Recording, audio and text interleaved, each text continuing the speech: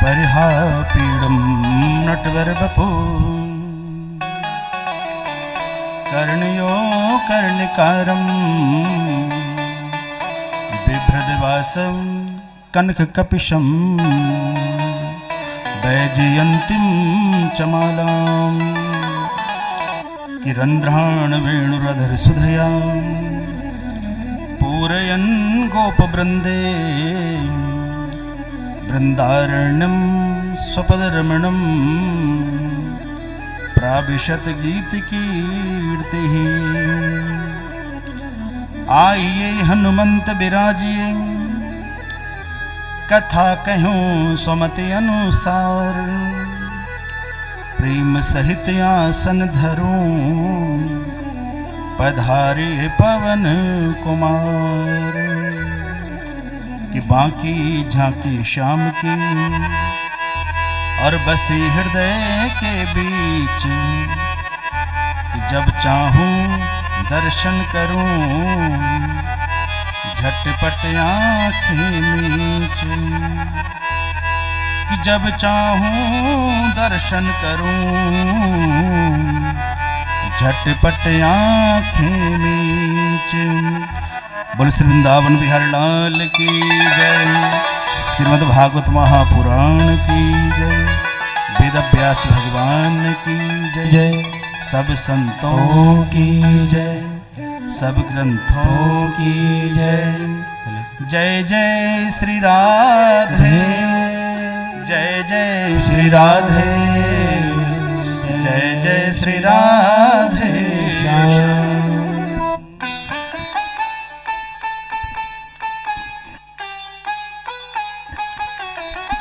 अकारण करुणा प्रणालय भक्त वांछा कल्पतरु कड़दुद विनंदिक पीताम्बरधारी बालकृष्ण लाल की बांगमयी प्रतिमूर्ति श्रीमद् भागवत महापुराण को वंदन करते हैं।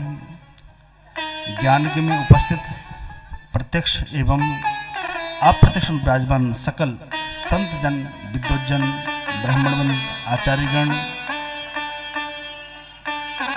इस ज्ञानिक के मुख्य यजमान परम आदरणीय श्री टीकाराम कोठारी जी, आदरणीय श्री चंद्रभूषण कोठारी जी एवं श्रीमती शैला देवी जी, उपस्थित मातृशक्ति सज्जन बंद सभी मित्रगण, आइए आज ज्ञानिक का षष्ठम दिवस और षष्ठम दिवस की मंगलमय मेला में आप सभी का हार्दिक अभिनंदन, हार्दिक स्वागत।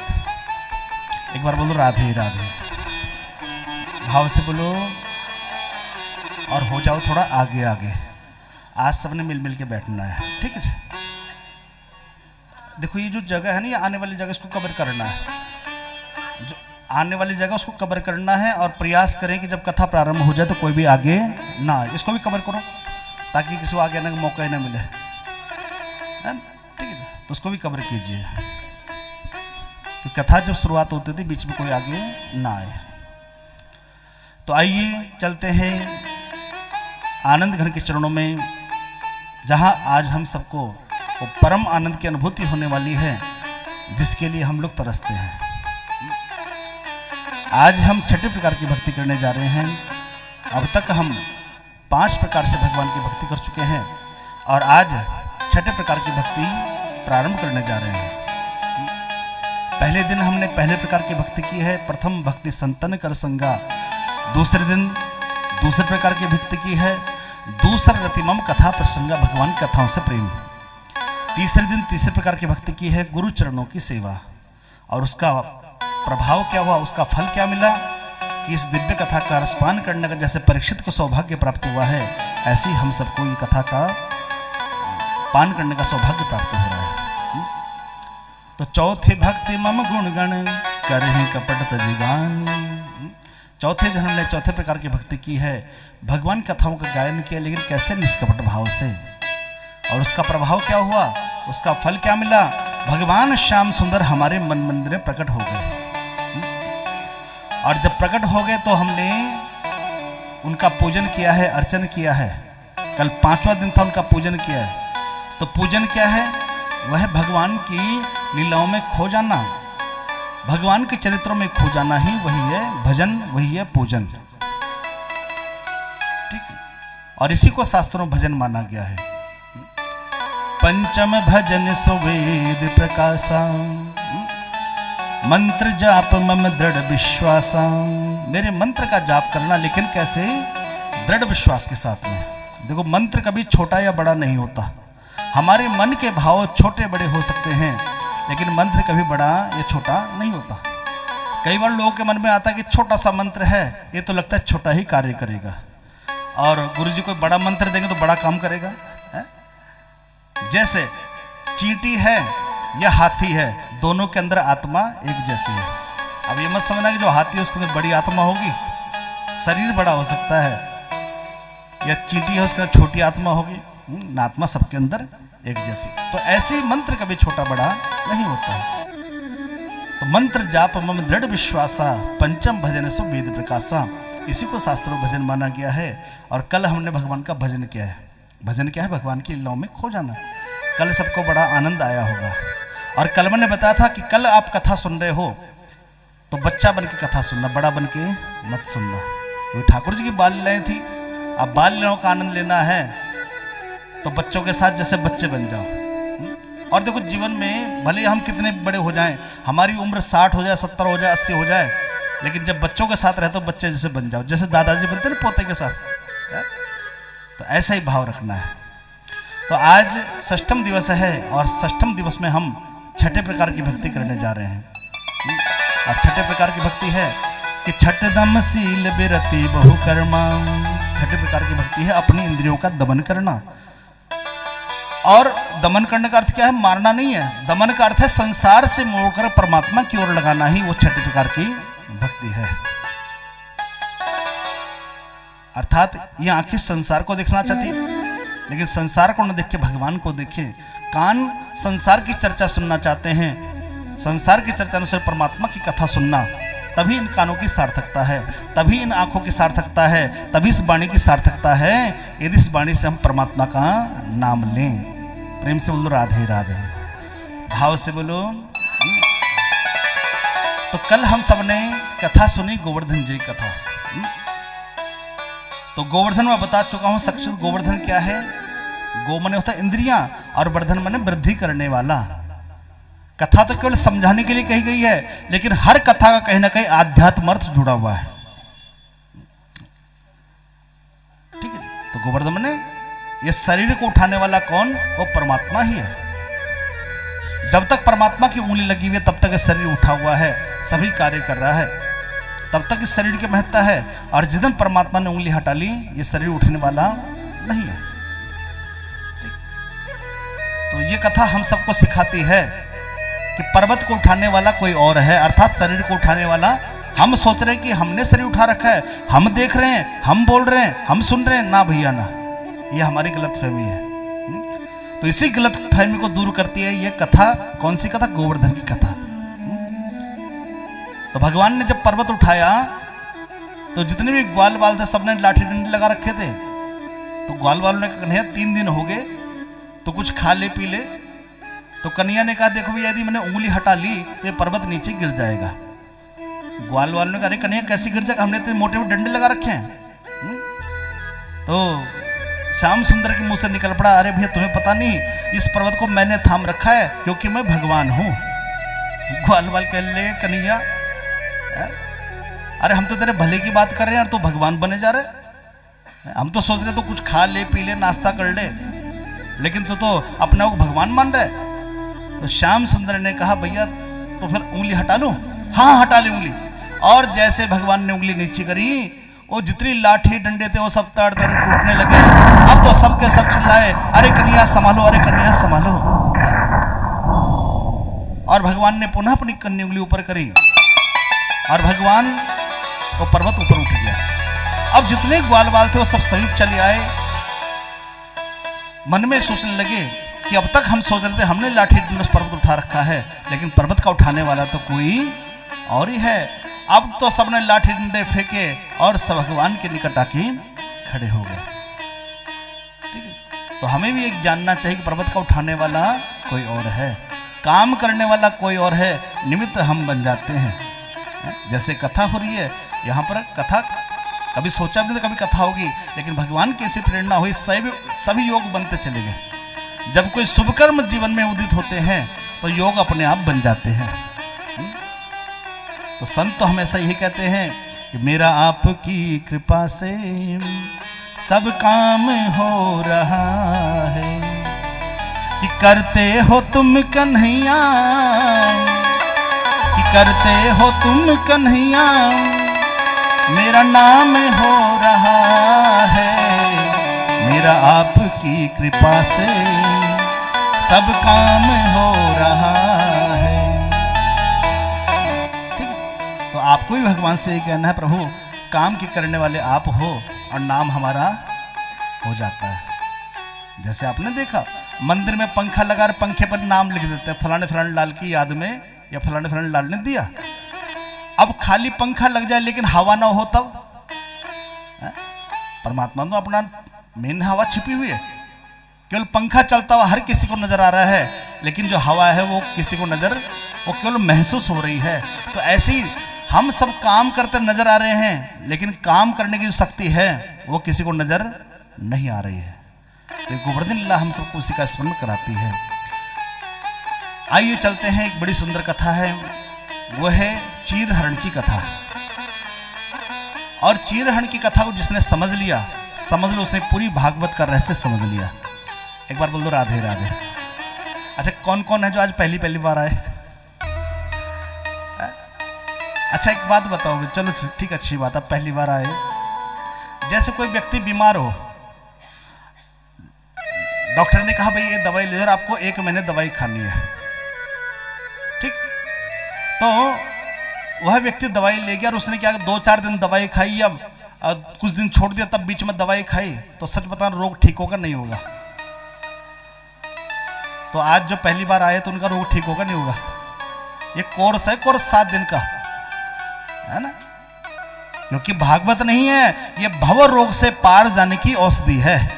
ये 7 दिन का कोर्स है, लेकिन बहुत कम लोग होते हैं जो 7 दिन का कोर्स पूरा कर पाते हैं, है ना? ठीक, तो कोई बात नहीं, आज पहली बार आए, देर आए दुरुस्त आए, अभी बिल्कुल सही समय पे है। असली काम तो अभी है ना, असली काम तो आज शुरू होगा। ठीक, तो भव रोग से पार जाने की औषधि है। जितनी भी गोपांगनाएं हैं वो सब कृष्ण को चाहती हैं, और सबके मन में भाव है कि कृष्ण हमें पति रूप में प्राप्त हो जाए। इस हेतु ये समस्त गोपनाएं कार्तिक का व्रत करती हैं। कार्तिक का महीने का जो व्रत है बड़ा ही कठिन व्रत होता है। प्रातः काल बिस्तर से उठना, जो कितनी सर्दी होती कार्तिक के महीने, अक्टूबर नवंबर में, और उठते ही स्नान करना। और स्नान कैसे पानी में? ठंडे ठंडे पानी में, गर्म पानी में नहीं। और वो पानी भी कहाँ रखा होना चाहिए? तो ऊपर छत पे या फिर किसी तीर्थ के जल में, जैसे हरिद्वार में, प्रयागराज में, छत में तारों की छांव में वो पानी हो, ठीक? और उस जल से स्नान करना। बताओ कर लोगे? सब क्या गीजर लगे हुए? बिना गीजर के देहरादून चलने वाला नहीं है। तो बड़ा ही कठिन व्रत होता है। सुबह 4, 4:30, 5 बजे उठना, स्नान करना, तुलसी जी की पूजा करना और कार्तिक महात्म्य की व्रत कथा को पढ़ना। इस तरह से 1 महीने गुजारा। किसने? गोपांगनाओं ने गुजारा। आपके यहाँ तो पता नहीं लेते हैं नहीं लेते व्रत, नौटियाल जी लेते हैं आप कॉलोनी वाले व्रत? कोई लेता? अब नौटियाल जी चुप हो ना, कहने बेकार। अब प्रेम से राधे राधे। देखो हमारे, मैं सहारनपुर सिटी में रहता हूँ और वहाँ तो सब लोग व्रत लेते हैं, पूरे मंदिर खचाखच भरे रहते हैं। जितने भी मंदिर हैं वो फुल्लम फुल रहते हैं माताओं बहनों से, क्योंकि उस कार्तिक के व्रत की जो महिमा है वो तो अनंत गुना है। शास्त्रों बड़ी महिमा का गान किया है कार्तिक के व्रत की। और जो माघ का व्रत है वो भी 1 महीने का हो, तो उसकी बड़ी महिमा है। तो जिनको उस महिमा का पता है वो लोग उस कार्तिक का व्रत अवश्य लेते हैं। तो गोपांगनाओं ने व्रत लिया कार्तिक का, 1 महीने तक व्रत लिया। प्रातः काल उठती, यमुना जी में स्नान कर दो, कितना ठंडा जल होता है, और वहीं पर भगवती कात्यायनी का मंदिर है, वहां पर प्रार्थना करती कि कात्यायनी महामाये महायोगिन धीश्वरी नंद गोप सुतम देवी पति में कुरुते नमः। हे कात्यायनी मैया, नंद के जो लाला हैं वो हमें पति रूप में प्राप्त हो जाए। देखो, जिन कन्याओं का विवाह नहीं होता ना, तो ये मंत्र उनके लिए रामबाण है। बहुत सी कन्याएं ऐसी हैं जिनके विवाह विलम्ब हो जाता है, रिश्ता नहीं मिलता, तो उनके लिए मंत्र रामबाण है। बस नित्य प्रति 41 दिन तक जाप करें। ब्राह्मण द्वारा जाप करा तो और जल्दी हो जाएगा, लेकिन अपने आप जाप करनी है तो 41 दिन तक इस मंत्र का जाप करें कंटिन्यू। और देखो फिर चमत्कार को नमस्कार है? तो कात्यायनी महामाई महायोगिन्यधीश्वरी नंद गोप सुतम देवी पति में कुरुते नमः। नंद के लाला हमें पति रूप में मिले। हे कात्यायनी मैया, रोजाना प्रार्थना करती। 1 महीना पूरा होने को आया। इधर भगवती कात्यायनी उनकी तपस्या से, उनकी साधना से, उनकी भक्ति से प्रसन्न हुई और कहा कि चिंता मत गोपांगनाओं, भगवान श्याम सुंदर तुम्हें अवश्य दर्शन देंगे। इधर भगवती कात्यायनी महामाया भगवान श्याम सुंदर के स्वप्न में आई। कहा, श्याम सुंदर, जितनी भी गोपांगनाएं वो सब आपको चाहती हैं और आपको पाने के लिए वो नित्य प्रति स्नान कर रही हैं, कार्तिक माहात्म्य में कथा पढ़ रही हैं, तो आप उनकी मनोकामना पूर्ण करो। तो भगवती कात्यायनी जब ये बात कही तो श्याम सुंदर ने कहा कि महामाया, आप चिंता मत करो, मैं उनकी मनोकामना अवश्य पूर्ण करूंगा, लेकिन अभी पहले मैं उनकी परीक्षा लूंगा कि उनकी साधना सच्ची है कि नहीं है, उनकी भक्ति सच्ची है कि नहीं है।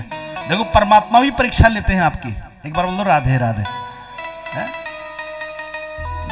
परमात्मा परीक्षा लेते हैं। जैसे समझ लीजिए, 7 दिन कथा के लिए आपको इनविटेशन मिला ही होगा, लेकिन भगवान कोई ना कोई काम आपको दे देंगे और आप उस काम में फंस जाओगे। ये परीक्षा तो परमात्मा की है, लेकिन बहुत कम लोग हैं जो इस परीक्षा में पास हो पाते हैं। आप सब धन्यवाद के पात्र हैं जो रोजाना कथा में आ रहे हैं। ठीक है, कल तो मुझे देख के बड़ा ही अचंबा हुआ, क्योंकि मैंने देखा मोस्टली इतर कथा हम लोग काफी समय कथा करते करते लोग चौथे दिन आते हैं या फिर छठे दिन आते हैं। 5वें दिन लोग कम आते हैं, छठे दिन चलेंगे शादी में।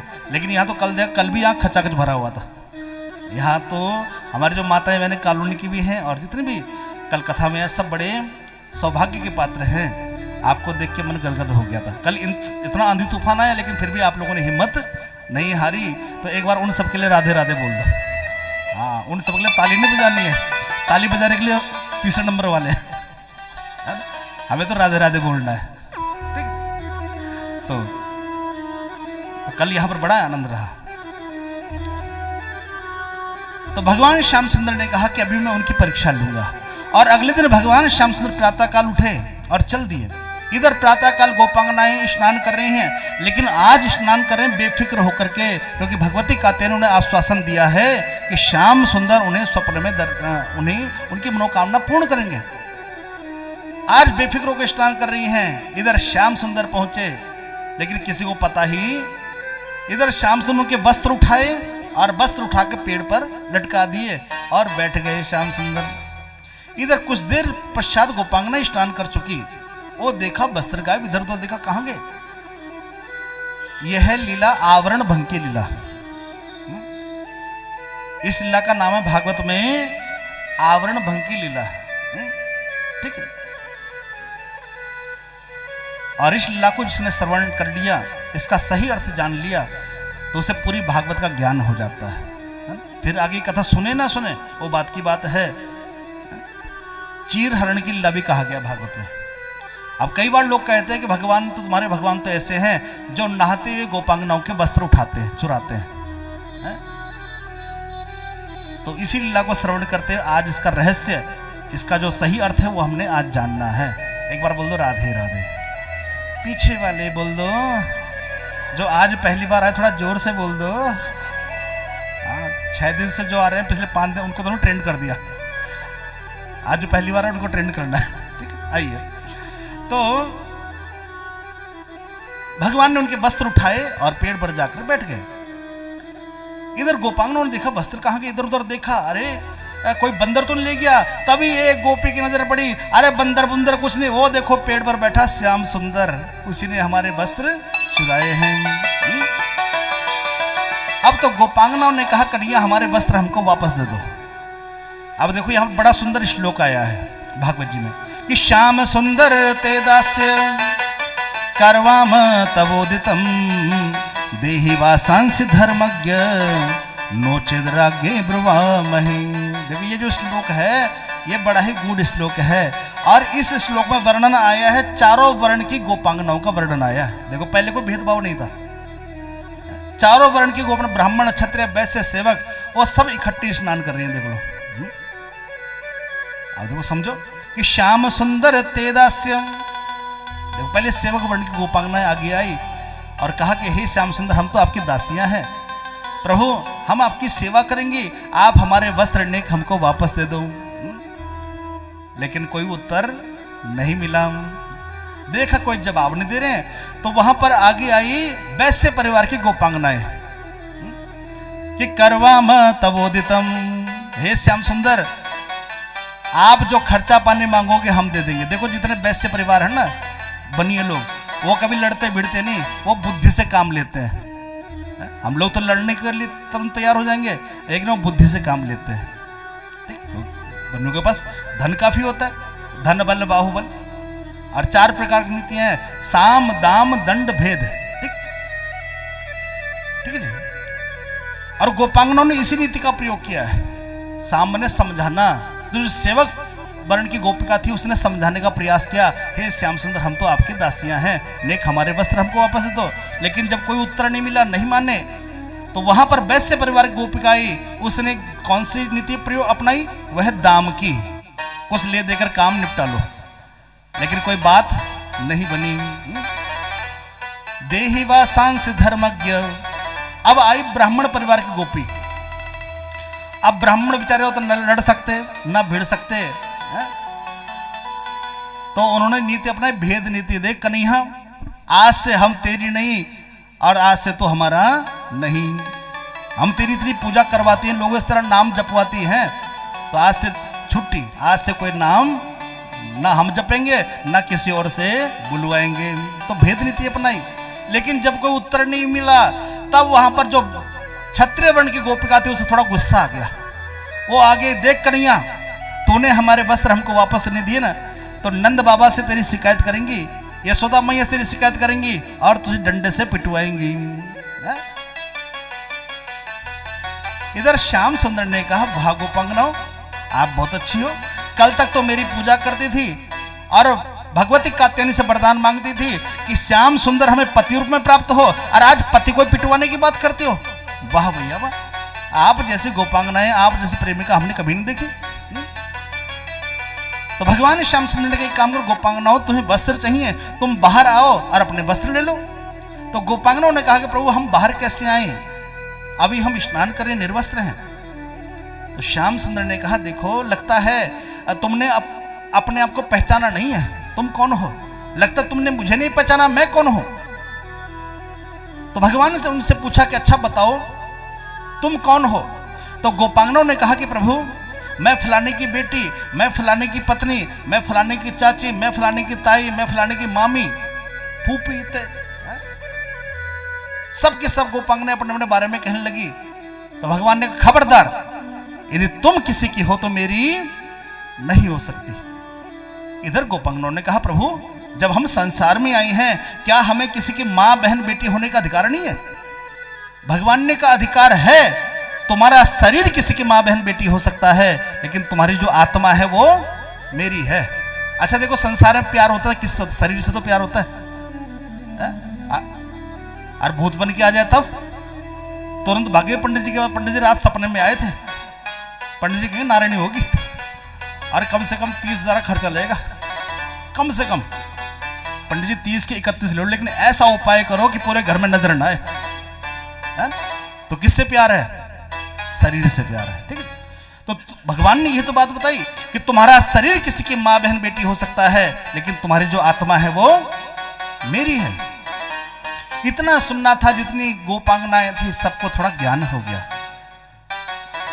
तो भगवान ने उनसे पुनः पूछा कि गोपांगनाओं एक बात बताओ मैं कौन हूं। अच्छा, तो गोपांगनाओं ने कहा, प्रभु आप तो जगदीश्वर हो, पूर्ण ब्रह्म हो, परमात्मा हो, सच्चिदानंद हो। अच्छा मैं पूर्ण ब्रह्म हूं, सच्चिदानंद हूं, परमात्मा हूं, लेकिन एक बात बताओ गोपांगनाओं मैं कहां रहता हूं। तो गोपांगनों ने उत्तर दिया कि प्रभु आप तो सर्वत्र रहते हो और सर्वदा रहते हो। क्या उत्तर दिया? दो शब्द हैं, सर्वत्र और, पीछे वाले बोलो कहां रहते हैं भगवान? सर्वत्र और सर्वदा। सर्वत्र माने सब जगह। जैसे आप यहां बैठे हो, क्या घर में हो? नहीं नहीं, या अपने ऑफिस में हो, दुकान में हो। आपका शरीर केवल एक ही जगह रह सकता है, लेकिन परमात्मा यहां भी है और अमेरिका में भी, अमेरिका में है, वहां भी है। जहां युद्ध चल रहा है वहां भी है, रूस में, यूक्रेन में, तो वहां भी परमात्मा है। तो सर्वत्र माने सब जगह, और सर्वदा माने 24 घंटे। आप तो रात को सो जाते हो, तो क्या परमात्मा सोते हैं? जैसे आप लोग मनाते हो देवसैनी एकादशी आती है ना जून के महीने में, श्रावण से पहले, तो क्या भगवान सो जाते हैं? परमात्मा कभी सोते हैं? जिस दिन परमात्मा सो गए उस दिन पूरा विश्व ही सो जाएगा। परमात्मा कभी सोते नहीं है। ठीक है, प्रैक्टिकल देखो, सूर्य भगवान क्या सोते हैं? वो सोते नहीं है। 12 घंटे भारत में चमकते हैं और 12 घंटे अमेरिका में। कभी सोए सूर्य भगवान? हवा देखो, सोई कभी हवा? जैसे आप छुट्टी ले लेते हो कि भैया एक हफ्ते हमने काम किया, 6 दिन काम किया, 7वें दिन छुट्टी। हफ्ते में एक दिन छुट्टी होती ना, लेकिन सूर्य कोई छुट्टी, हवा कोई छुट्टी। यदि हवा छुट्टी ले ले, कह ले भैया आज मेरा मन कर रहा है 1 घंटे आराम कर लो, तो सच बताना कोई जिंदा बचेगा? कोई जिंदा बचने वाला नहीं है। 1 घंटे छोड़ो, मैं तो कह रहा हूं मात्र 3 मिनट के लिए, 3 मिनट के लिए हवा छुट्टी ले ले। मुझे कहीं जाना है, शादी में जाना है, रह पाएंगे हम सब? शायद कभी नहीं रह पाएंगे, है? तो परमात्मा सर्वदा रहते हैं। एक खेत देखो, जमीनें,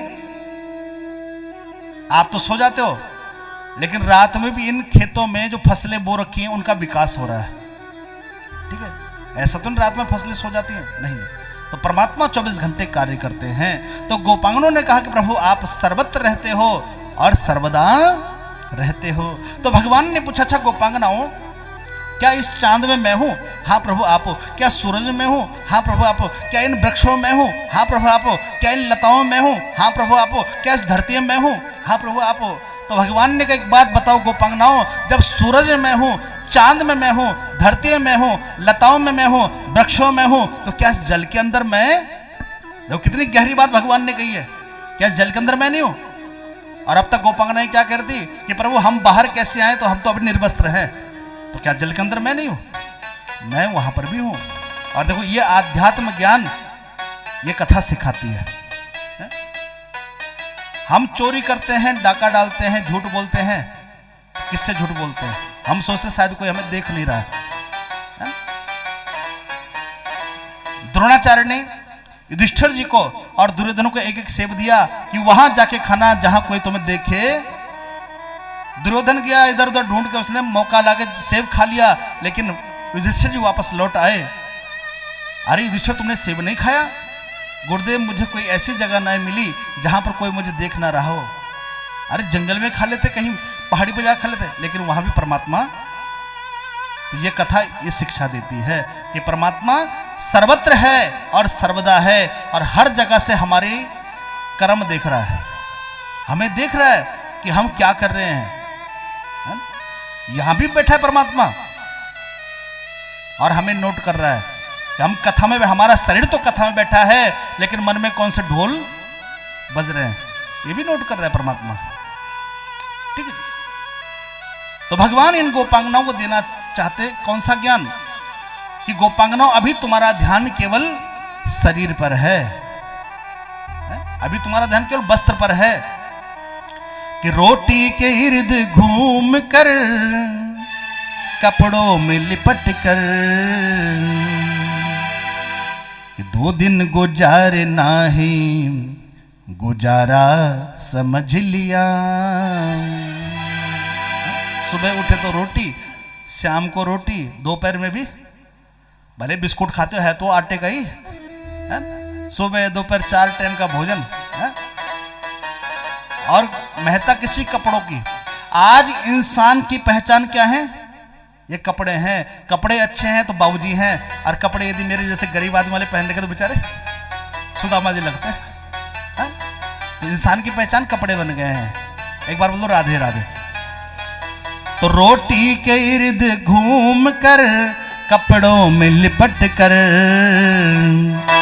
और 2 दिन गुजार नाही गुजारा समझ लिया, 2 दिन गुजार नाही गुजारा समझ लिया, 2 दिन गुजार नाही गुजारा समझ लिया, 2 दिन गुजार नाही गुजारा समझ लिया।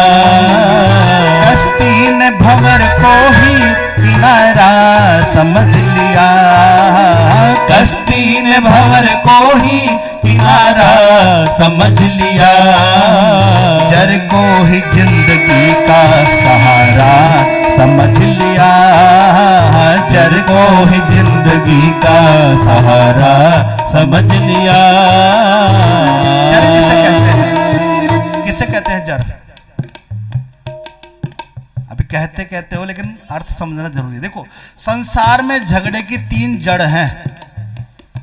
पहला है जर, दूसरा है जोरू, और तीसरा जमीन। सारी लड़ाई किसी धन के ऊपर है भाई, उसे कम मिल गया मुझे, उसे ज्यादा मिल गया मुझे कम मिला। दूसरा लड़ाई है किसके ऊपर? जमीन के ऊपर। जमीन के 1-1 इंच टुकड़े के ऊपर लड़ाई हो जाती है, तूने मेरा प्लॉट क्यों घेर लिया। और तीसरा है, बताने की आवश्यकता नहीं, हुआ है जोरू। 4 भाई हैं, चारों का विवाह नहीं हुआ, बड़ा प्यार है चारों में, लेकिन जैसे चारों का विवाह हुआ, एक पूरब, एक पश्चिम, एक उत्तर, सबके मुंह अलग अलग। क्यों? ऐसा क्या हो गया विवाह के पश्चात? जर चाची क्या हुआ था विवाह के बाद? चारों भाई बड़ा प्यार था जब तक शादी नहीं हुई थी उनकी, लेकिन जैसे शादी हुई तो कौन सी पट्टी पढ़ाई? एक माँ को अपने बेटे को समझाने 20 साल लगते हैं, लेकिन जब देवी जी आती है तो 20 मिनट में समझाते हैं। 20 मिनट में, अगले दिन थैला उठा के अलग अलग। ठीक है। अच्छा देखो, जितने भी लड़ाई हुई है, अब चाहे वो रामायण की लड़ाई है, चाहे वो महाभारत की, किसके ऊपर हुई? जोरू के ऊपर भी। चाहे वो रामायण की लड़ाई है, किसके ऊपर? सीता जी को हरण करके ले गया था। और महाभारत किसके ऊपर? द्रौपदी का अपमान। ठीक। अब देखो, लड़ाई हुई देवियों के ऊपर, और मरे बेचारे आदमी जिनका लेना एक ना देना। तो अब लड़ाई के पश्चात किसी महिला ने उनको थैंक यू नहीं बोला, भाई तुम इतने प्राण गंवाए, तुमने इतने लड़े भिड़े हमारे चक्कर में, तुम्हारा धन्यवाद। किसने थैंक यू बोला? नहीं बोला। ठीक है। तो इसलिए तो समझ गए, जर किसी का जर में धन, सुबह से लेकर शाम तक धन धन धन, जिंदगी भर धन धन धन करते करते एंड में निधन ही। और जर को ही जिंदगी का सहारा समझ लिया, जर को ही जिंदगी का सहारा समझ लिया, कश्ती ने भंवर को ही किनारा समझ लिया, कश्ती ने भंवर को ही किनारा समझ लिया, जर को ही जिंदगी का सहारा समझ लिया, जर को ही जिंदगी का सहारा समझ लिया।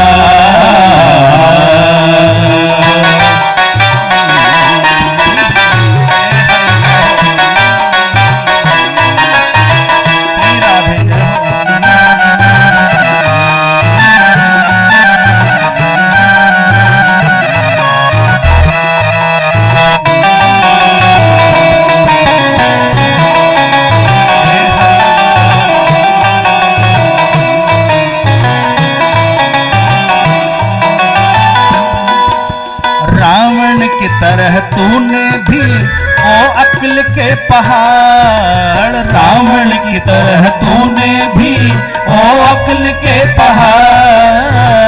कहते हैं कि रावण की अकल पर पत्थर पड़ गए थे, है ना? एक कहावत है, अकल पर पत्थर पड़ना। तो रावण के साथ भी ऐसे ही हुआ था। उठाना था किसको और उठा लाया किसको? उठाना था किसको? राम जी को। और उठा लाया किसको? सीता। सीता कौन? माया। राम कौन? भगवान। उठाना था किसको? राम जी को, भगवान जी को उठाना था। और उठा लाया किसको? रावण की तरह तूने भी वो अक्ल के पहाड़, रावण की तरह तूने भी वो अक्ल के पहाड़। अरे मायापति से माया को, मायापति से माया को प्यारा समझ लिया, मायापति से माया को प्यारा समझ लिया। कश्ती ने भंवर को ही किनारा समझ लिया, कश्ती ने भंवर को ही किनारा समझ लिया। जर को ही जिंदगी का सहारा समझ लिया, जर को ही जिंदगी का सहारा समझ लिया।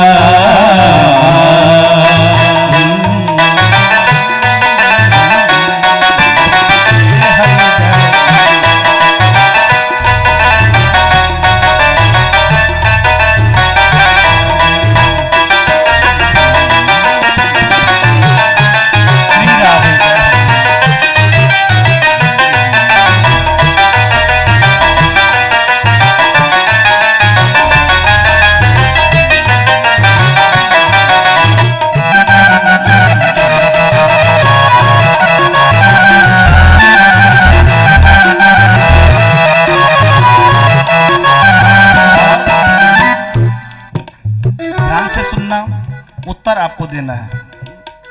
अरे डंडे की मार से भी समझता नहीं है वहाँ, डंडे की मार से भी समझता नहीं है वहाँ।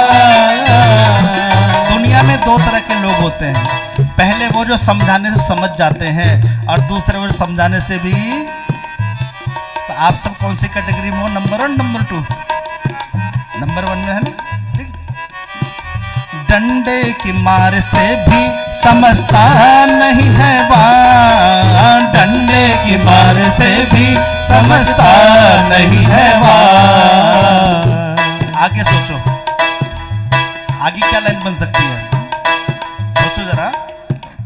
और अरे इंसान वो है जिसने, अरे इंसान वो है जिसने इशारा समझ लिया, इंसान वो है जिसने इशारा समझ लिया, इंसान वो है जिसने इशारा समझ लिया, इंसान वो है जिसने इशारा समझ लिया।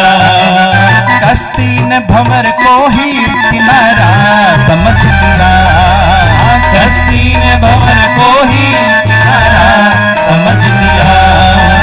जर को ही जिंदगी का सहारा समझ लिया, जर को ही जिंदगी का सहारा समझ लिया, सहारा समझ लिया, सहारा समझ लिया, सहारा समझ लिया, सहारा समझ लिया।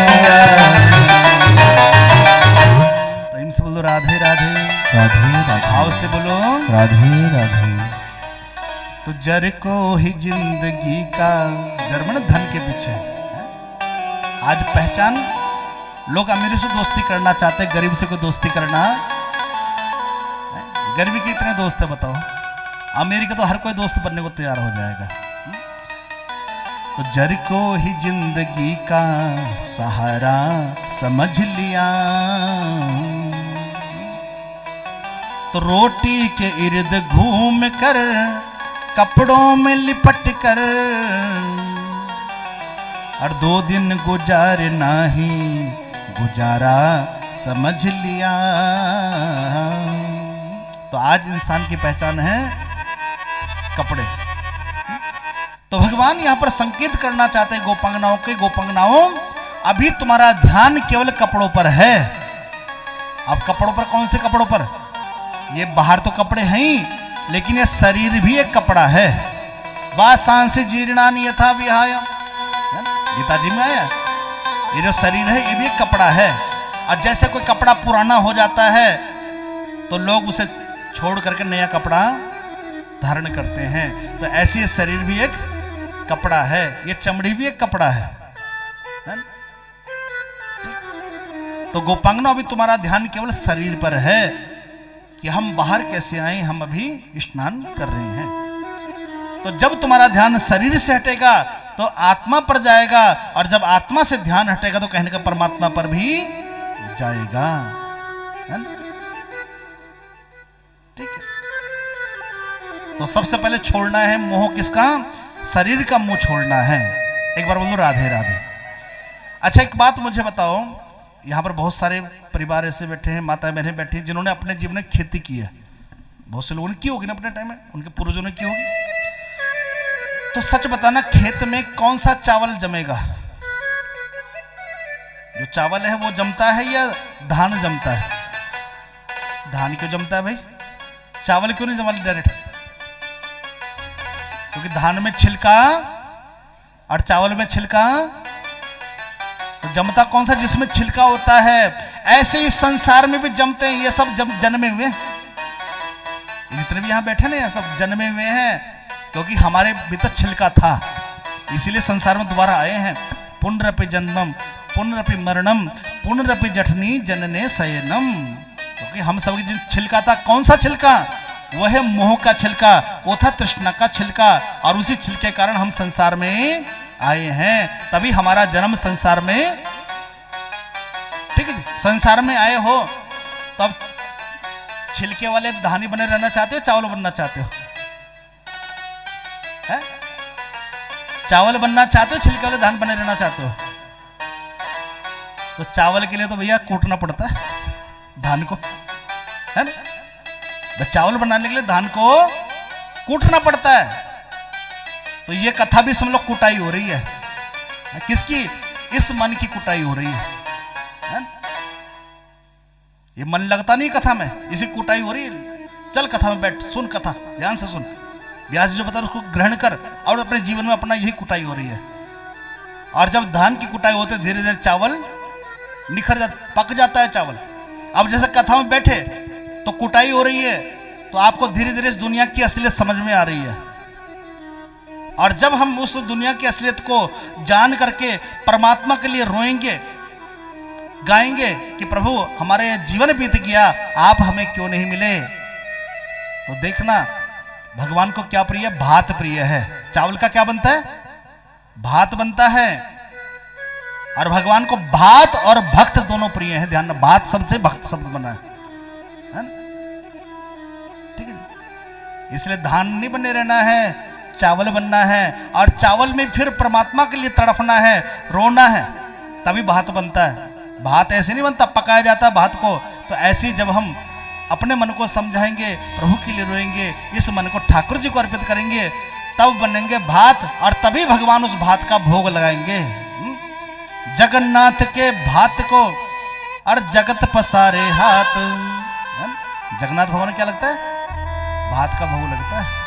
और भात सबसे भक्त बना है। ठीक है, भात तो केवल बहाना है, लेकिन मेन भक्त आपका दिल द्रवित हो जाए, मन पुलकायमान हो जाए, जब ठाकुर जी को देखो तो समझ लो आप असली भक्त बन गए हो। अब ठाकुर जी को देखो नहीं, किसको देखो? जब किसी भी व्यक्ति को देखो, क्योंकि उसके भीतर ठाकुर जी है ना।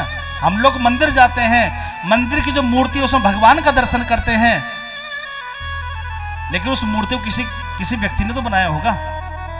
मूर्ति ऐसे तो नहीं बनी, न जाने कितने पत्थर पड़ के सारे पूजने जा रहे हो। मंदिर की मूर्ति को पूजने जा रहे हैं, उस मंदिर में मूर्ति जो बनाई किसी इंसान ने बनाई होगी, और फिर ऐसे मूर्ति बना के धर नहीं दी, उसे प्रतिष्ठा भी क्यों किसी इंसान ने, क्योंकि ब्राह्मणों ने, क्यों आचार्य ने की होगी। तो उस मूर्ति भगवान का दर्शन करते हैं, लेकिन ये चलती फिरती मूर्तियां हैं, इनमें परमात्मा का दर्शन, तभी तो लड़ते एक दूसरे से। ये चलती फूटती मूर्तियां हैं, इनमें भी साक्षात भगवान का दर्शन हो जाए, तभी हमारा भक्त बनना सार्थक है। और जब ऐसी निगाहें बन जाएंगी तो फिर देखना परमात्मा को मिलने में देर नहीं लगेगी। किसी आराम में सब जग जानी, और करहु प्रणाम जोरी जुग पानी। ठीक है, तो जब सब में परमात्मा का दर्शन होने लगेगा, फिर देखना तो आपको कहीं ना कहीं भगवान मिल ही जाएंगे। है? ये संत नामदेव जी रोटी बना रहे हैं, तभी क्या कुत्ता आया, कुत्ते रोटी लेके भागा। इधर संत नामदेव जी ने देखा कुत्ते को रोटी ले जाते भागते थे। यदि आपकी रोटी लेके भागे तब डंडा लेके दौड़ेंगे, लेकिन संत नाम जी घी का कटोरा लेके दौड़े, अरे प्रभु क्या सूखी खाओगे, अरे घी तो लेते जाओ, पीछे दौड़ते जा रहे, कुत्ता बेचारा डर के मारे भाग रहा है। लेकिन संत नाम जी कुत्ते में भगवान का दर्शन हुआ है, तो तभी हम भक्त बन सकते हैं। भक्त कौन? जो सबके भीतर परमात्मा का दर्शन करता है, वही भगवान का प्रिय होता है। एक बार बोल दो राधे राधे, जोर से बोलो। अच्छा देखो, आज एक चीज आपसे मांगूंगा। आज कथा का छठा दिन है और आज दान करना है आपने। आज कन्यादान तो खैर है ही, वो तो करो ही करोगे। बोलो हाँ जी, करोगे नहीं करो? आवाज निकल रही मुझसे। अच्छा, कन्यादान के पहले लोग कन्या जब देते थे तो बहुत सारी सोना चांदी देते थे, गाय भी देते थे, भैया सब कुछ देते थे। लेकिन बड़े बड़े परिवार भूमि भी देते थे। क्या देते थे? भूमि देते थे। तो आज आप सबने मुझे भूमि का दान करना है। बोलो कौन कौन करेगा भूमि का दान? जो आज पहली बार आए वो सोच रहा अच्छे आए पहले। ये तो गए थे नमाज पढ़ने, रोजे गले पड़ गए। जो आज पहली बार आए होगे ना, और टेंशन में बैठ गए। अच्छा, हमारा भूमि दान भी लेता है, ठीक है। अच्छा देखो, कौन कौन भूमि दान करेगा? चलो, अच्छा ज्यादा नहीं मांगू, थोड़ा थोड़ा मांगूंगा, फिर तो चल जाएगा। करोगे नहीं करोगे? बोलो।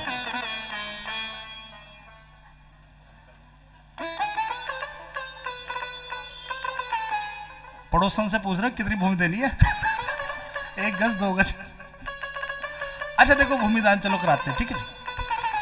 आपको करना क्या है, जिस भूमि पर आप बैठे हो उससे मात्र 250 ग्राम आगे आगे बैठ जाओ, वही भूमि दान है, ठीक है। थोड़ा थोड़ा आगे हो मिल के बैठो, देखो मिल जाओ आगे को। अरे शकल ने देखने एक दूसरे, जल्दी देखो, आराम से, जगह बिल्कुल नहीं छोड़नी, देखना, ध्यान रखना, आपके बीच में जगह बिल्कुल ना हो, ध्यान रखना, इस बात का ध्यान रखना, क्योंकि ये भागवती कथा है। पड़ोस में बिल्कुल जगह बचने नहीं चाहिए, बिल्कुल भी, ठीक है। उसका कारण है ना, बताता हूं कारण क्या है। आपके बराबर बिल्कुल जगह बचने, बिल्कुल मिलके बैठो सब लोग जो, कारण मैं बताता हूं आपको। जब एक बार पहले बोलो राधे राधे, भाव से बोलो, थोड़ा जोर से बोलो। अब देखो, पड़ोस में जगह क्यों नहीं छोड़नी चाहिए, उसका कारण मैं बताता हूं आपको। देखो, बताऊं ना बताऊं?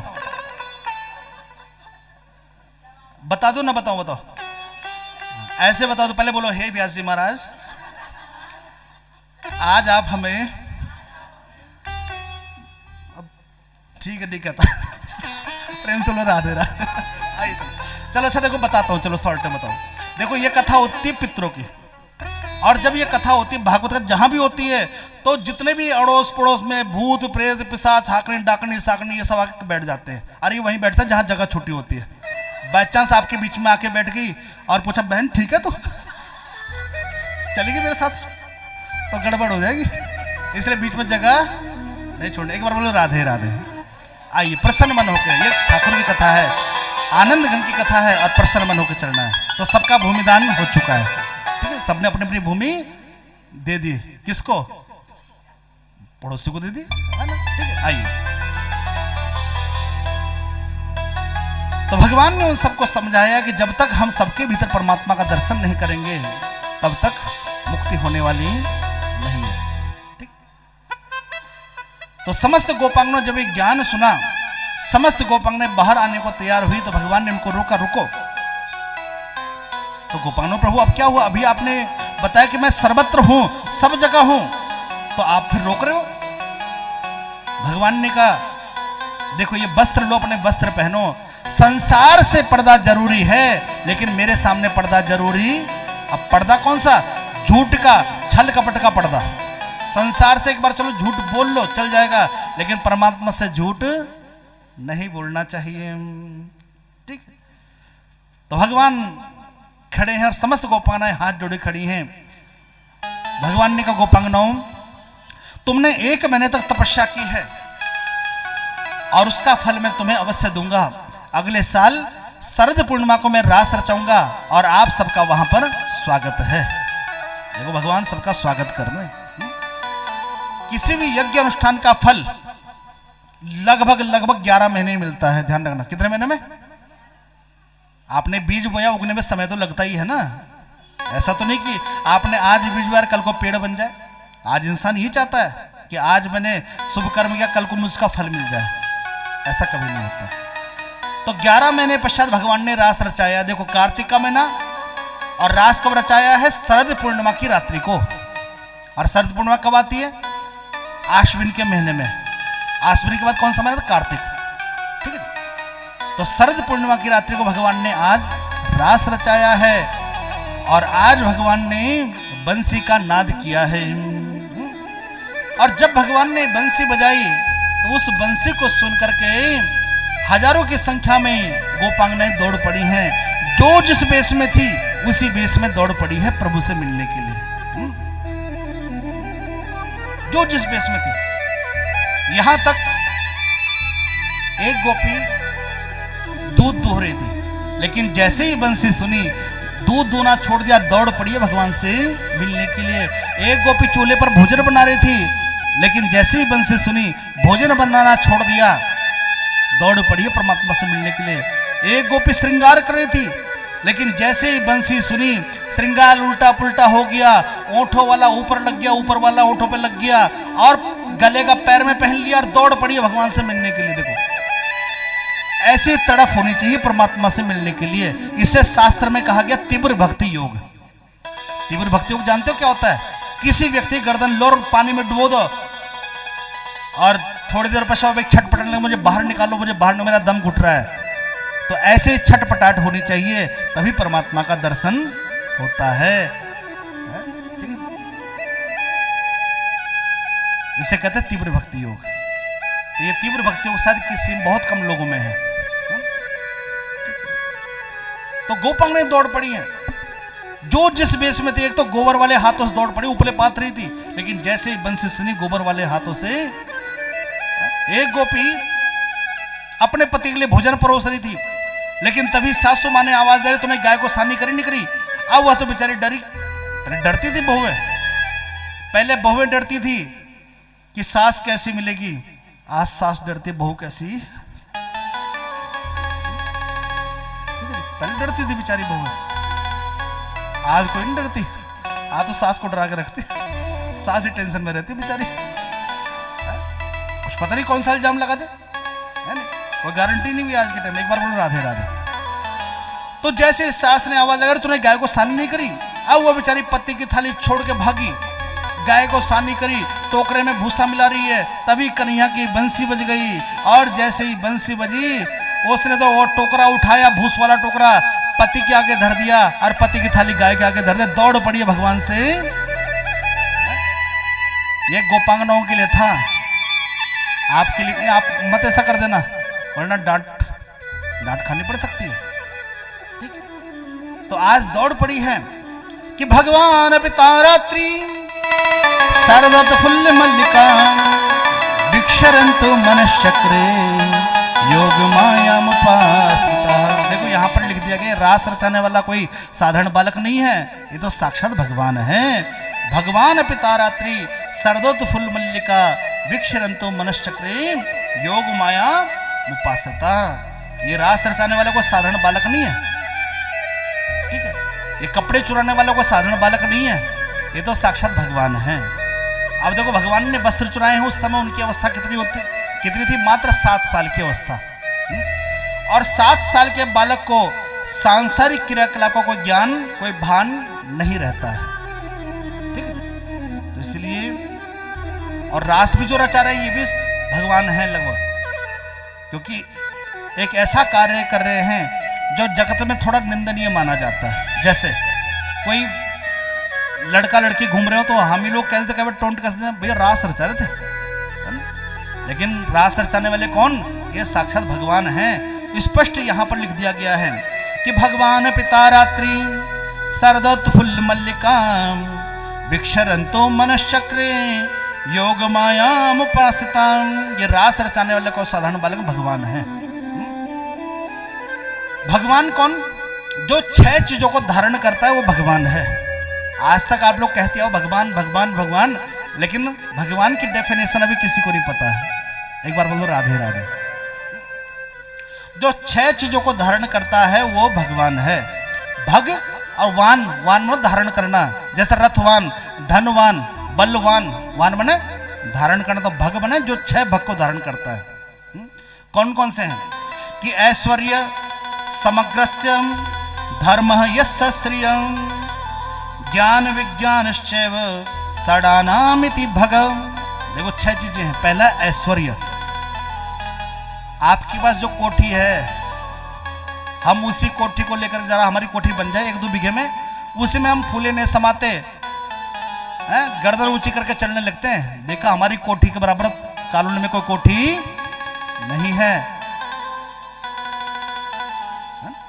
देखा आपने बड़ी बड़ी कोठियां बनाते हैं लोग, और फिर ऊंट की तरह गर्दन करके चलते हैं, ऊपर नीचे नहीं देखते फिर जो। लेकिन परमात्मा पूरी विश्व को बनाता है, वो देखो कितना विनम्र है। तो ऐश्वर्य जो संपूर्ण ऐश्वर्य को धारण करता है। ऐश्वर्य समग्रस्य धर्म, दूसरा धर्म को धारण करता है। परमात्मा धर्म को धारण करता है, और हम लोग कितना करते हैं वो आपको पता ही है। समझने के लिए धर्म क्या है? मर्यादा। आपने देखा समुद्र में इतनी सारी नदियां गिरती हैं, लेकिन कभी समुद्र भरता? क्योंकि परमात्मा ने उसे मर्यादा में बांध रखा है कि तुझे बाढ़ नहीं लेके आनी है। कभी भरता नहीं है समुद्र। आपके मोहल्ले में, आपकी कॉलोनी में 2-4-10 दिन बारिश हो जाए तो यहां गंगा जी बन जाएंगे, जमुना जी बहने लेंगे। तो धर्म पर बंधा हुआ। सूर्य देखो धर्म पर बंधा हुआ है। सुबह समय है 6 बजे का, 6 बजे ही निकलेगा। तो क्या हम धर्म बंधे भी हैं? कथा में आने का समय लगभग 2:30 बजे, तो हम किस समय आते हैं? ठीक है, प्रेम से बोलो राधे राधे। मेरी बातें कड़वी तो नहीं लग रही? वैसे तो यहां फिर भी मीठा बोल रहा हूं, और जगह तो और भी कड़वा होता है। ठीक है, तो धर्म पर बंधे हुए हैं। कि ऐश्वर्य समग्र से धर्म यश। तीसरा क्या है? यश। आपको कितने लोग जानते होंगे पूरे देहरादून में? 100-200 लोग, 500 लोग, 1000 लोग, 10,000 लोग है? लेकिन परमात्मा को पूरा विश्व जानता है। यश। यहां तक कि 7 लोग नीचे हैं, वो भी इनका यशोगान करते हैं, और 7 लोग ऊपर, वहां परमात्मा का यशोगान होता है। ठीक। तो तीसरी चीज क्या है? परमात्मा के पास यश है। चौथी चीज क्या? श्री, मन लक्ष्मी। भाई आपको तो मेहनत करनी पड़ती है सुबह से लेकर शाम तक, तब जाके आप लक्ष्मी कमाते हो। और किसी के पास 2-4-10 करोड़ हो जाए तो फूला नहीं समाता। लेकिन जिनके पास साक्षात लक्ष्मी है, जब मर्ज जब चाहे ले लो, जितने मर्जी ले लो। लक्ष्मी ने हाथ करना और खूब नोटों की बारिश, चाहे करोड़ लो, 10 करोड़ लो। आपको तो लक्ष्मी प्राप्त करने बैंक जाना पड़ेगा, संडे वाले छुट्टी हो तब मिल जाएगी लक्ष्मी। लेकिन परमात्मा परमानेंट है, 24 घंटे। तो जिनके पास साक्षात लक्ष्मी विद्यमान है वो परमात्मा है। श्री, ठीक है, श्रीमन लक्ष्मी। वैराग्य, 5वीं चीज है वैराग्य। हम सबके पास वैराग्य है क्या? कल्पना करो, अभी कथा हो रही है, शाम जैसे 6 बजेंगे, 6:15 बजेंगे, तो कथा में मन लगेगा ना भैया ना। फिर घर की याद है? घर में पोता याद कर रहा होगा मेरा है? कि दादी कहां चलेगी, बेटा आ गया होगा ड्यूटी से, वो याद कर रहा होगा मम्मी कहां चलेगी, बहू याद कर जोगी। मेरी सासू मां अभी तक नहीं आई, लेकिन सच बात है कोई याद नहीं कर रहा है। वो कह रहे हैं सासू मां 2 घंटे और बैठे रहे, आए ना। सच बात है ना? वो भी टेंशन फ्री। प्रेम से बोलो राधे राधे। ठीक है, तो ये आपका भ्रम है कि लोग आपको याद कर रहे, कोई याद नहीं कर रहा। वो केवल फॉर्मेलिटी कह देते हैं कि मम्मी जी आप इतनी लेट हो गई, है ना, फॉर्मेलिटी बोल देते हैं, लेकिन सच बताओ कोई याद नहीं कर रहा है। ठीक, तो वैराग्य, हमारा कितना वैराग्य है, लेकिन भगवान का कितना वैराग्य है। देखो शंकर भगवान को देखो कि बीते संबत और सहस 87 और तजी समाधि शंभु अभिनाशी। 87,000 साल तक भगवान शंकर समाधि में रहे। सती वहीं पास में, पत्नी पास में, लेकिन समाधि में रहे कितने साल? 87,000 साल। क्या हम लोग रह सकते हैं? शायद कोई भी ना। देखो मैं अपनी बात भी करता हूं, इसलिए मैंने शब्द क्या यूज किया, हम लोग शायद नहीं कर सकते, है ना? यदि हमसे कहा जाए कि भैया 2 घंटे आंख बंद कर लो, आपको भगवान मिलेंगे, तो सच बताना कौन कौन 2 घंटे आंख बंद कर लेगा? कोई नहीं करने का। बीच में खोल के देखते आ तो नहीं क्या, कभी वैसे बैठा हो, है ना? तो वैराग्य, परमात्मा जैसा वैराग्य शायद किसी के पास नहीं हो सकता। और 5वीं चीज है, वह है ज्ञान विज्ञान। 5वीं चीज वह है ज्ञान। जहां हम सबकी सोच खत्म होती है, वहां से परमात्मा की सोच शुरू है।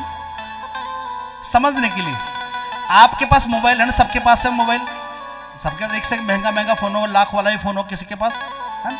तो आप उस मोबाइल को देखते हो तो आपके मन में भाव आता है, अरे भैया जिस वैज्ञानिक ने मोबाइल बनाया होगा, क्या चीज उसने बनाई है, गजब की चीज, सब कुछ इसी में, फोटो भी इसमें, वीडियो भी इसमें, यहाँ तक पूरा अमेरिका इसमें, पूरा हिंदुस्तान इसमें, पूरा वर्ल्ड इसमें, समय भी इसी में, टाइम देख लो, तारीख देख लो, दिन कैलेंडर देख लो, अपना जन्मदिन देख लो, कुंडली देख लो, सब कुछ इसी में।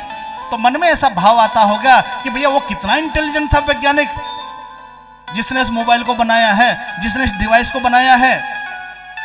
तो हमारा ध्यान केवल वैज्ञानिक तक जाता है, लेकिन उस वैज्ञानिक के दिमाग को किसने बनाया होगा, उस पर ध्यान किसी का है?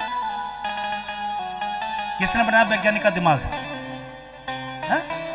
यही कह रहे हो, भगवान ने। उस पर ध्यान किसी का नहीं जाता है। यदि परमात्मा चाहे तो उस वैज्ञानिक एक पेंच ढीला कर दे, तो अगले दिन आगरा में नजर आए। तो ज्ञान विज्ञान, अब समझो कैसे, एक बार बोलो राधे राधे, जोर से बोलो, ठीक है? आइए अब समझो कैसे। एक छोटी सी घटना आपको बताता हूं। एक नौजवान था, बड़ा पढ़ा लिखा था भाई, उसने बीटेक एमटेक सारे टेक कर लिए। एक दिन वह कॉफी बना रहा था, प्रातः काल का समय, तभी द्वार पर घंटी बजी। अब उसने दरवाजा खोला तो देखा क्या, भैंसे के ऊपर सवार यमराज महोदय। अब देख के डर गया भाई यमराज को देख करके कि प्रभु आप यहां इस रूप में। तो यमराज ने कहा, देख बेटा, आज तेरा समय पूरा हो गया, मैं तुझे लेने आया हूं। अब वह नौजवान तो घबरा, क्योंकि हर किसी को मरने से डर लगता है। डर किससे है? कहीं में मर, और ये भागवत से डर को दूर करती है, ठीक है? तो उसने यमराज महोदय से, कोई बात नहीं महाराज, आप मुझे लेने आए हैं, कोई बात नहीं, लेकिन मेरी एक हर किसी अंतिम इच्छा पूछी जाती है। तो महाराज मेरी अंतिम इच्छा है कि मैं, ये कॉफी बन रही, थोड़ा कॉफी पी के चलूं, और महाराज आप भी थोड़ा कॉफी पी लीजिए। अब यमराज महोदय ने सोचा, कोई बात नहीं भैया, धरती पर पहली बार किसी ने मुझे कॉफी प्रोवाइड की है, वरना आज से पहले किसी ने चाय तक नहीं पूछी, ये तो बेचारा कॉफी पूछ रहा है। अब यमराज महोदय ने कॉफी ले तो ली, लेकिन वो नौजवान थोड़ा सा पढ़ा लिखा था, उसने इस कॉफी में नींद की गोली मिला दी। अब यमराज महोदय ने कॉफी पी, वही लुढ़क गया। इधर उसने देखा कि यमराज के कंधे पर एक थैला टंगा हुआ है। उसने थैला खोला और देखा कि उसमें डायरी, और डायरी में जब खोला, पहला ही पन्ना पलटा, सबसे ऊपर उसका नाम लिखा हुआ। अब देख के घबराया, ये तो सच में मुझे लेने आए हैं। लेकिन थोड़ा पढ़ा लिखा तो उसने सोचा, दुनिया में बतेरे घपले किए, थोड़ा एक घपले यहाँ करके देखो। उसने अपना नाम ऊपर से मिटाया, सबसे नीचे नाम लिख दिया, डायरी जू के तो फिट कर दी। इधर लगभग 2 घंटे पश्चात यमराज की नींद खुली। कहने लगे, बेटा आज मैं तुझसे बड़ा प्रसन्न हूं, आज तूने मुझे कॉफी पिला के तृप्त कर दिया। अब तो मैंने सोच लिया है कि डायरी में से नाम ऊपर से नहीं, नीचे से शुरू करूंगा। टेंशन मत ले, मरेगा फिर भी, मरेगा फिर भी। तो विज्ञान, ज्ञान वैराग्य, तो ज्ञान, जहां हमारी सोच खत्म होती है, वहां से परमात्मा की सोच शुरू होती है, ठीक है? तो उसे कहते हैं भगवान, जो इन 6 चीजों को धारण करता है। कौन कौन 6 चीजें? ऐश्वर्य, समग्र से यश, श्रीय, माने लक्ष्मी को, ऐश्वर्य, धन, धर्म को धारण करता है, लक्ष्मी को धारण करता है, ज्ञान और वैराग्य को धारण करता है और यश को धारण करता है, दैट इज भगवान। ठीक है, भगवान है, ये 6 चीजें हैं, वो है भग और वान मनो धारण करना। तो ये रास रचाने वाला कोई साधारण बालक नहीं है कि भगवान पिता रात्रि, भगवान ही रास रचा रहे हैं। उस रात्रि का स्मरण कर, कौन सी रात्रि का? वो शरद पूर्णिमा की रात्रि का स्मरण करके, उस कार्तिक पूर्णिमा की रात्रि का स्मरण करके, जब भगवान ने गोपांगनाओं को आश्वासन दिया था कि अगले वर्ष शरद पूर्णिमा की रात्रि को मैं रास रचाऊंगा और तब आपका वहां पर स्वागत है। ठीक? और भगवान ने रास रचाया रात्रि के समय, क्योंकि रात्रि के देवता कौन? चंद्रमा। और चंद्रमा हमारे मन के देवता हैं। भगवान के पास सब कुछ है लेकिन मन नहीं है। परमात्मा के पास सब कुछ है लेकिन मन नहीं है। और हमारे पास क्या है? मन है। और इसी मन के कारण हम सब लोग संसार में फंस जाते हैं। फंसते हैं इस मन के कारण। इस मन को तो लगा लेते हैं, मन नहीं अर्थात दिल लगा लेते हैं। और जब दिल लगाते हो तो दिल तोड़ने वाले भी मिल जाते हैं। जिससे दिल लगाया तो कहीं ना कहीं किसी ने आपका दिल अवश्य तोड़ा होगा, कभी ना कभी तोड़ा ही होगा। बताओ, यहां जितने बैठे तो सबने धोखा खाया है ना? बोलो, कभी ना कभी धोखा खाया होगा, किसी ने धोखा दिया ही होगा ना। अब टेंशन मत लो, आप लोग तो खैर हो ही, लेकिन मैं भी धोखा खाया हूं, टेंशन मत लो। आप ये मत समझना कि ब्यास जी बच गए। ब्यास जी भी उन्होंने बहुत धोखे खाए है ना? जानते हो किस किस धोखे खाए? बताओ ना, बताओ, बता दो महाराज, जल्दी बताओ। ऐसी बातें तो हम सुनना ही चाहते हैं, कान तरस रहे हैं। मतलब दूसरे घर की कहानी सुनने के लिए कान बड़े तरसते हैं। तो चलो बता देता हूं मैंने किस किस से धोखे खाए।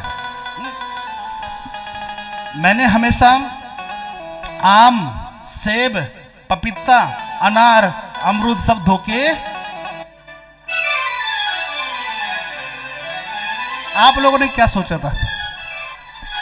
हे भगवान, अच्छा अच्छा सोचा करो, ठीक है? प्रेम सुंदर राधे राधे। देखो, इसीलिए मैं कहता हूं रोजाना कथा में आया करो, अच्छा अच्छा सुनने को मिलेगा, नई नई चीजें सुनने को मिलेंगे, नई नई कथा सुनने को मिलेगी। उल्टा नहीं सोचना है, सदैव सोचना। ठीक है, आइए। तो रात्रि के देवता कौन? चंद्रमा। भगवान को पास सब कुछ है लेकिन मन नहीं है। क्या नहीं है? और चंद्रमा हमारे मन के देवता है, इसलिए भगवान ने रात्रि में रास रचाया है। ठीक?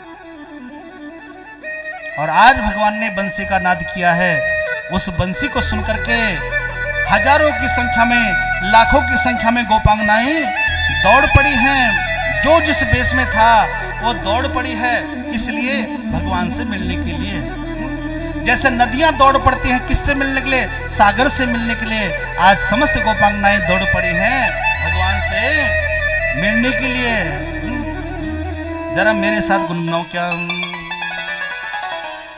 वो कान्हा ले गई जिया तेरी मुरली मधुर, कान्हा ले गई जिया तेरी मुरली मधुर, कान्हा ले गई जिया तेरी मुरली मधुर, कान्हा ले गई जिया तेरी मुरली मधुर। कैसा जादू डाला तूने मुझ पे हो जादूगर, कैसा जादू डाला तूने मुझ पे हो जादूगर, कान्हा ले गई जिया तेरी मुरली मधुर, कान्हा ले गई जिया तेरी मुरली मधुर, कान्हा ले गई जिया तेरी मुरली मधुर, कान्हा ले गई जिया तेरी मुरली मधुर। और कैसा जादू डाला तूने मुझ पे हो जादूगर, कैसा जादू डाला तूने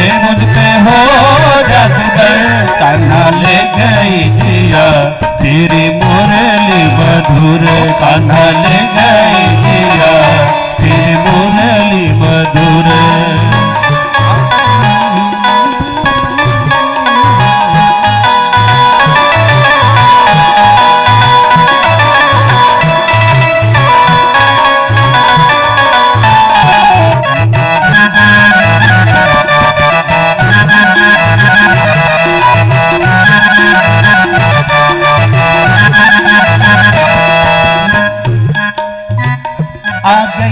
शाम तेरी बातों में आ गई शाम तेरी बातों में सोना सकूं अब रातों में सोना सकूं अब रातों में आ गई शाम तेरी बातों में आ गई शाम तेरी बातों में सोना सकूं अब रातों में सोना सकूं अब रातों में। अरे सुध बुध अपनी भूल गई मैं सुध बुध अपनी भूल गई मैं सुध बुध अपनी भूल गई मैं सुध बुध अपनी भूल गई मैं जाऊं अब किधर कान्हा ले गई जिया तेरी मुरली मधुर कान्हा ले गई जिया तेरी मुरली मधुर। कैसा जादू डाला तूने मुझ पे हो जादूगर कैसा जादू डाला तूने मुझ पे हो जादूगर कान्हा ले गई जिया तेरी मुरली मधुर कान्हा ले गई जिया तेरी मुरली मधुर। वृंदावन बिहारी लाल जय हो।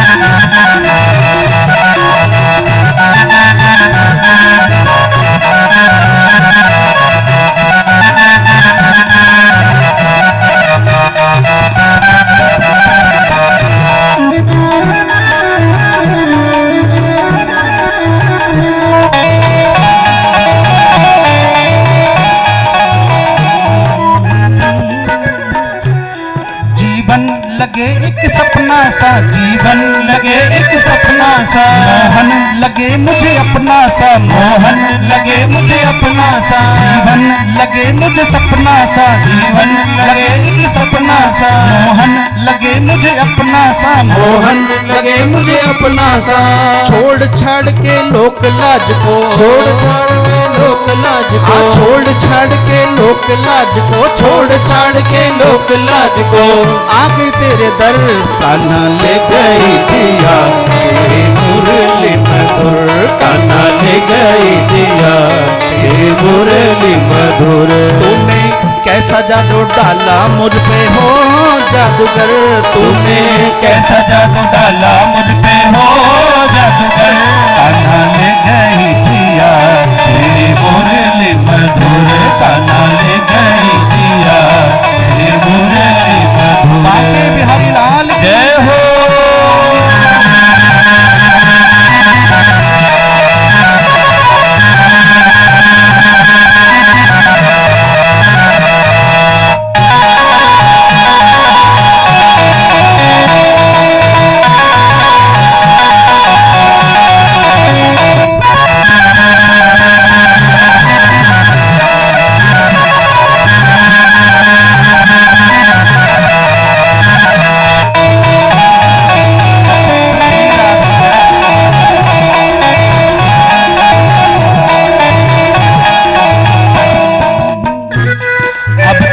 हमें अपना लो तुम अब तो हमें अपना लो तुम मोहन गले से लगा लो तुम मोहन गले से लगा लो तुम अब तो हमें अपना लो तुम अब तो हमें अपना लो तुम मोहन गले से लगा लो तुम मोहन गले से लगा लो तुम। अरे मेरा तो एक ही प्रीतम मेरा तो है एक ही प्रीतम मेरा तो है एक ही प्रीतम मेरा तो है एक ही प्रीतम। ओ श्याम सुंदर ओ कान्हा ले गई जिया तेरी मुरली मधुर कान्हा ले गई जिया तेरी मुरली मधुर। कैसा जादू डाला तूने मुझ पे हो जादूगर कैसा जादू डाला तूने मुझ पे हो जादूगर कान्हा ले गई जिया तेरी मुरली मधुर कान्हा ले गई जिया तेरी मुरली मधुर कान्हा ले गई जिया तेरी मुरली मधुर कान्हा ले गई जिया तेरी मुरली मधुर तेरी मुरली मधुर तेरी मुरली मधुर मुरली मधुर तेरी मुरली मधुर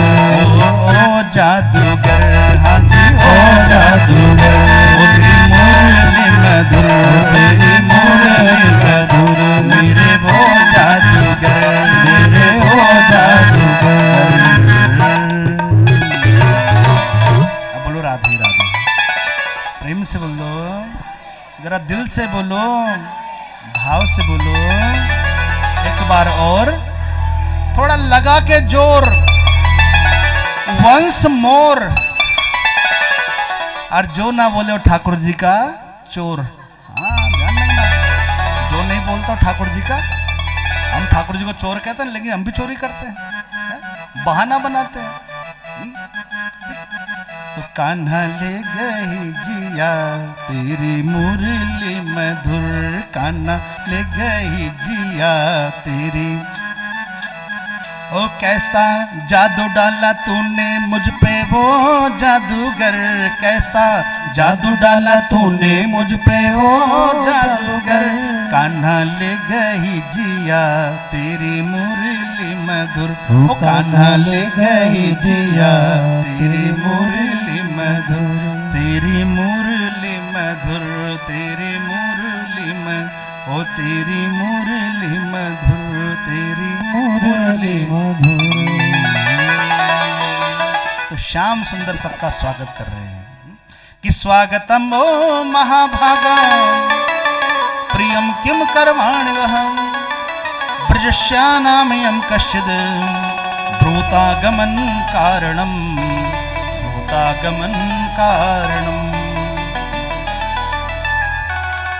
भगवान सबका स्वागत कर रहे हैं। देखो यहाँ पर शब्द आया स्वागतम वो महाभागा। शब्द क्या है? महाभागा। दुनिया में भाग्यशाली सब हैं जिन्हें कोठी, बंगला, मकान, दुकान, पुत्र, पौत्र, पत्नी मिली है, सब उनके मन के अनुकूल चढ़ने वाले हैं, तो सब भाग्यशाली हैं। लेकिन यहाँ पर शब्द है महाभाग्यशाली। महाभाग्यशाली कौन? जिसे भगवान की कथा मिली है, संत ब्राह्मणों का सानिध्य प्राप्त हुआ है, उनका दर्शन हुआ है, वो महाभाग्यशाली है। तो हम सब भी आज महाभाग्यशाली हैं क्योंकि आज हमारे कदम भगवान की कथा की ओर पड़े हैं। तो हम सब महाभाग्यशाली हैं। हमसे ज्यादा महाभाग्यशाली कौन? हमारे पितृ, जिनकी कृपा से आज हम एक छत के नीचे बैठे हैं। और हमारा कोठारी परिवार, देखो अगर हमारे कोठारी दिन होते तो आप सब यहाँ होते क्या? किट्टी पार्टी में सब पहुंच जाते हैं, दावत में सब पहुंच जाते हैं, लेकिन भगवान की कथा के लिए ये सौभाग्य हम सबको मिला है। तो हम सब का भी बड़ा सौभाग्य है कि आज हम एक छत के नीचे बैठकर भगवान की मंगल में कथा का गान और पान कर रहे हैं। तो भगवान सबका स्वागत करते हैं। देखो बस जगत के लोग स्वागत करते नहीं। आप सबके आने से पहले यहाँ पर तो कैसी व्यवस्था होती है, लेकिन जैसे समय होता है भाई 2 बजने वाले या 2:30 बजने वाले, तुरंत सब व्यवस्था तैयार हो, सब चकाचक हो जाता है। तो जब संसार के लोग इतना स्वागत कर सकते हैं, इतनी तैयारी कर सकते हैं, तो भैया भगवान क्यों नहीं करेंगे भैया?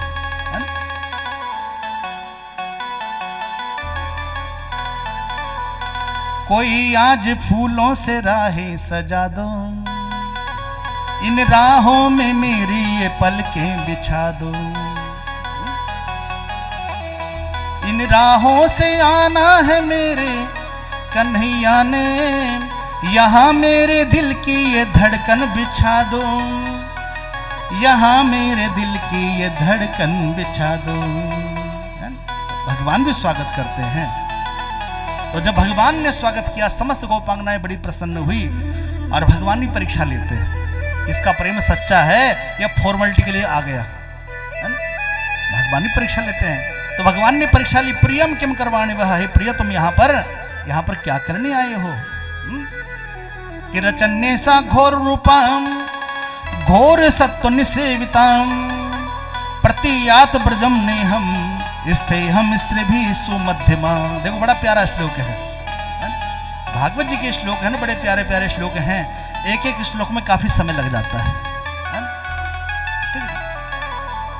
विद्वान की परीक्षा कहाँ होती? भागवत में होती है। देखो बड़ा प्यारा श्लोक, आपको अर्थ समझाता हूं, एक बार बोलो राधे राधे। तो भगवान सबका स्वागत कर रहे हैं, समस्त गोपांगनाएं बड़ी प्रसन्न हैं। लेकिन जब समीप आई तो भगवान ने उनसे पूछा कि यहां पर क्यों आई हो? लगता है इस चांदनी रात में ये जंगल कैसा लगता है, ये मधुबन कैसा लगता है, निधिवन कैसा लगता है, शायद तुम ये देखने आई होंगी। लगता ही है इस चांदनी रात में ये कलकल नाद करती हुई यमुना जी बहती हैं, ये कैसी लगती है? शायद तुम्हें देखने में आई होंगी, या लगता है तुम अपने घर में झगड़ा करके आई होंगी, पतियों से लड़के आई होंगी। है? देखो तुम एक पतिव्रता स्त्री हो, जाओ घर लौट जाओ। कि प्रतियात ब्रजमने हम स्ते हम स्त्री सुमध्यमा। देखो यहाँ बड़ा प्यारा श्लोक है, प्रतियात ब्रजमने हम, यहां से वापस लौट जाओ, ब्रज लौट जाओ। अब इतना सुनना था, समस्त गोपांगनाएं उदास हो गई। अब समझो कैसे, जैसा आपको किसी ने इनवाइट किया भोजन के लिए और आप बड़े खुश, भैया कल को दावत मिलेगी बढ़िया चकाचक, आपने रात का खाना भी नहीं खाया, सुबह का नाश्ता भी नहीं किया, आज तो भैया दावत है। और लेकिन जब उनके यहाँ पहुंचे तो पता चला वो बेचारे अखबार पढ़ रहे, और जब आप पहुंचे तो पूछा भाई साहब क्यों आए हो, तो क्या बीतेगी मन पे, है ना? कि पहले इनवाइट कर लिया, निमंत्रण दे दिया, और अब पूछ रहे क्यों आए हो। तो ऐसे ही यहां पर कुछ गोपांगनाओं के साथ भी हुआ कि भगवान ने उनका मुरली बजाई, आवाहन किया, अब आ गई और फिर पूछ रहे क्यों आई हो, क्योंकि भगवान परीक्षा लेते हैं। तो कहा कि प्रतियात ब्रजमने हम स्ते हम स्त्री सुमध्यमा, जाओ ब्रज लौट जाओ। लेकिन उन गोपांगनाओं में एक संस्कृत पढ़ी लिखी गोपी थी। उसने कहा भाई टेंशन मत लो, उदास मत हो, ये भगवान ने गुप्त रूप से बात कही है, प्रतियार्थ ब्रजम नेहम, नेह मने ब्रज मत जाओ, यह स्ते हम, यहीं रुक जाओ। अब देखो उसने संस्कृत का अर्थ ही पलट दिया। अब एक अर्थ ये कि ब्रज लौट जाओ, वापस मत आना, लेकिन यहां पर अर्थ बदल दिया कि वो ब्रज मत जाओ, ये कह रहे ब्रज मत जाओ, उसने संधि विच्छेद कर दिया, ये स्ते हम, यहीं रुक जाओ। और यहां पर एक शब्द आया, स्त्री भी सुमध्यमा। कौन सी स्त्री रुक जाओ? जिनकी कमर सुंदर हो। देखो यहां पर इसका अर्थ क्या है, साधारण शब्दों में यदि साधारण इंसान पढ़ेगा तो उसका अर्थ क्या है, जिसकी कमर सुंदर हो। स्त्री भी सुमध्यमा, मध्य भाग सुंदर हो, मध्य माने कमर सुंदर हो। अब इसका अर्थ क्या है? देखो इंसान की 3 अवस्थाएं होती हैं, पहली है बाल अवस्था, दूसरी है युवावस्था और तीसरी है वृद्धावस्था। ठीक है, तो यहां पर मध्य शब्द का अर्थ लिया गया है युवावस्था से, कि भगवान को क्या सौंपना है, अपनी जवानी सौंपनी है। लेकिन हम लोग भगवान को क्या सौंपते हैं? बुढ़ापा। भगवान के द्वार पर इंसान कब जाता है? जब बुजुर्ग हो जाता है। जब वो संसार के काम कांड रहता तब वो भगवान के काम का, बुढ़ापा तो मजबूरी है भाई, क्योंकि ना तो घर में बहू बात करे, ना बेटा बात करे, अब पोते ही बेचारे दादी दादी और घोड़ा बना के रखे, तो मजबूरी है जाना। तो भगवान को क्या देना? जवानी देनी है। जैसे आपको कौन सा फूल पसंद? खिला हुआ फूल पसंद है या मुरझाया हुआ फूल पसंद है? मुरझाया फूल में आपको मिलेगा तो कहां छोड़ के आओगे उसको? डस्टबिन में या कहीं गमले में डाल दोगे? तो जैसे आपको खिला हुआ फूल पसंद है, ऐसे ही भगवान को भी खिला हुआ फूल पसंद है, और खिला हुआ फूल है युवावस्था। तो जिसने जवानी में भजन किया वही बुढ़ापे में भजन कर सकता है, वरना बुढ़ापे में मन नहीं लगता। वरना मैंने न जाने कितने लोगों को देखा है, कथा में आ तो जाते लेकिन कभी इधर देख रहे कभी उधर देख रहे, कौन आया कौन जा रहा है, उसमें मन लग जाता है, नहीं लगता भाई। तो फूल तुम्हें, एक गीत आपने सुना होगा। अब देखो एक गीत संसार के लिए तो एक गाया है फिल्मी वालों ने, लेकिन इसका आध्यात्म अर्थ छिपा हुआ है गीतों में, कि फूल तुम्हें भेजा है खत में और फूल नहीं दिल। ठाकुर जी क्या प्रिय? दिल। दिल अर्थात मन। अभी बता ठाकुर जी मन नहीं है, सब कुछ है। कि प्रियतम मेरे ठाकुर मेरे खत में लिखना, और क्या ये तुम्हारे काबिल है? प्रभु मैंने इतने पाप किए हैं, इस दिल में इतने लोग घुसे हुए हैं कि प्रभु पत्नी आपकी याद आती ही नहीं है, है ना? तो ठाकुर मेरे और खत में लिखना, क्या ये तुम्हारे काबिल है? फूल तुम्हें भेजा है। प्रेम से बोलो राधे राधे। अब कोई बाहर सड़क पे जा रहा होगा, वो सुन ले व्यास जी तो भैया गाना गा रहे हैं, वो तो ये सोचेगा भाई, अब उसे क्या पता कौन सा अर्थ बता रहे हैं, क्योंकि अपनी बुद्धि भाई। बात वही होती है, लेकिन हर कोई अपनी बुद्धि लगाता है उसमें, और उसकी बुद्धि के अनुसार, अपनी सोच के अनुसार उसका अर्थ भी बदल देता है। कई बार परिवार में ऐसा हो जाता है, जैसे मम्मी कुछ बात करिए, बच्चे अपना अपना अर्थ लगाते हैं। ठीक, तो अर्थ क्या है? वह है आध्यात्मिक संबंध अर्थ है कि प्रभु ये जो मेरा दिल है प्रभु आपकी योग्य है कि नहीं है। तो जवानी क्या है? वह है खिलता हुआ फूल। भगवान को अपनी जवानी भी देनी चाहिए, अर्थात भगवान का भजन कब करना चाहिए? कि भजन करो मस्त जवानी में, बूढ़ापा किसने कान से सुन नहीं पाओगे, कान बहरे हो जाएंगे, कान से सुन नहीं पाओगे, कथा सुन मस्त जवानी में, बुढ़ापा। अरे बुढ़ापे में कथा सुनी जाएगी, जब कान से कुछ सुनाई तो मशीन लेंगे 3-4 हज़ार वाली, और उस मशीन में इतनी तेज आवाज आती है कि आदमी कान थरथराने लगते हैं। अच्छा देखो, यदि हम किसी से प्रेम करते हैं तो उसे कौन सी वस्तु देनी चाहिए? यदि किसी से सच्चा प्रेम हो, उसे वही वस्तु देनी चाहिए जो आपको अति प्रिय है। जैसे आप कथा में आते हो, भागवत जी को कुछ दक्षिणा अर्पित करते हो, क्योंकि पैसों से हमें प्यार है। बोलो, पैसों से हमें प्यार है, तो हम भगवान क्या चढ़ाते हैं? पैसे। लेकिन पैसे तो खैर अलग बात है, लेकिन हमें किससे प्यार है? जवानी से प्यार है। बताओ दुनिया में कौन सा जो बूढ़ा होना चाहता है? कोई बूढ़ा होना, इसलिए तो महिला गैराज चल रहे हैं आजकल, इनकी डिमांड इसलिए ज्यादा है। अब देखो हर कॉलोनी में खुल रखा है, हर तो क्योंकि बूढ़ा होना ठीक है। तो जवानी क्या है? खिलता हुआ फूल है, और जवानी भगवान को अर्पित करनी है। भगवान ने बहुत गुड़ बातें यहाँ पर कि गोपांगनों घर लौट जाओ अपने पतियों की सेवा करो। तो गोपांगनों ने कहा प्रभु घर में तो जितने सब वो सब प्रति हैं, और हमारे सच्चे पति तो आप ही हो। घर में क्या प्रति माने फोटो स्टेट, ठीक है, समझ रहे हो ना? तो घर में जो पति हैं वो सब फोटो स्टेट वाले हैं, हमारे असली पति तो। अब यहां पर कुछ भाई लोग भी आएंगे, उनको टेंशन होगी तुम्हारे हम प्रति, हम फोटो स्टेट। तो चलो आपको बता एक बार बोलो राधे राधे, भाव से बोलो। ठीक है, तो हमारे सच्चे पति कौन? अच्छा चलो बताता हूं, इसका अर्थ ही बताता हूं। जब आप बात आई गई है तो बताता हूं, एक बार बोलो राधे राधे। ठीक है जी। जितने भी संसार के पति, उनसे हमारा संबंध कब हुआ है? जब हम 18 साल के हो गए, 20 साल के हो गए, 22 साल के, तब जाके हमने जाना है कि हमारा पति है या पत्नी, जो भी है। सीधी सी बात है, पति है पत्नी है। पति को भी नहीं पता था ये पड़ोसा नहीं पत्नी बन जाएगी एक दिन। कभी यार ऐसा होता है बगल में छोरा, नगर में ढिंडोरा, है ना? अच्छा देखो, संसार के पति क्या काम करते हैं जरा।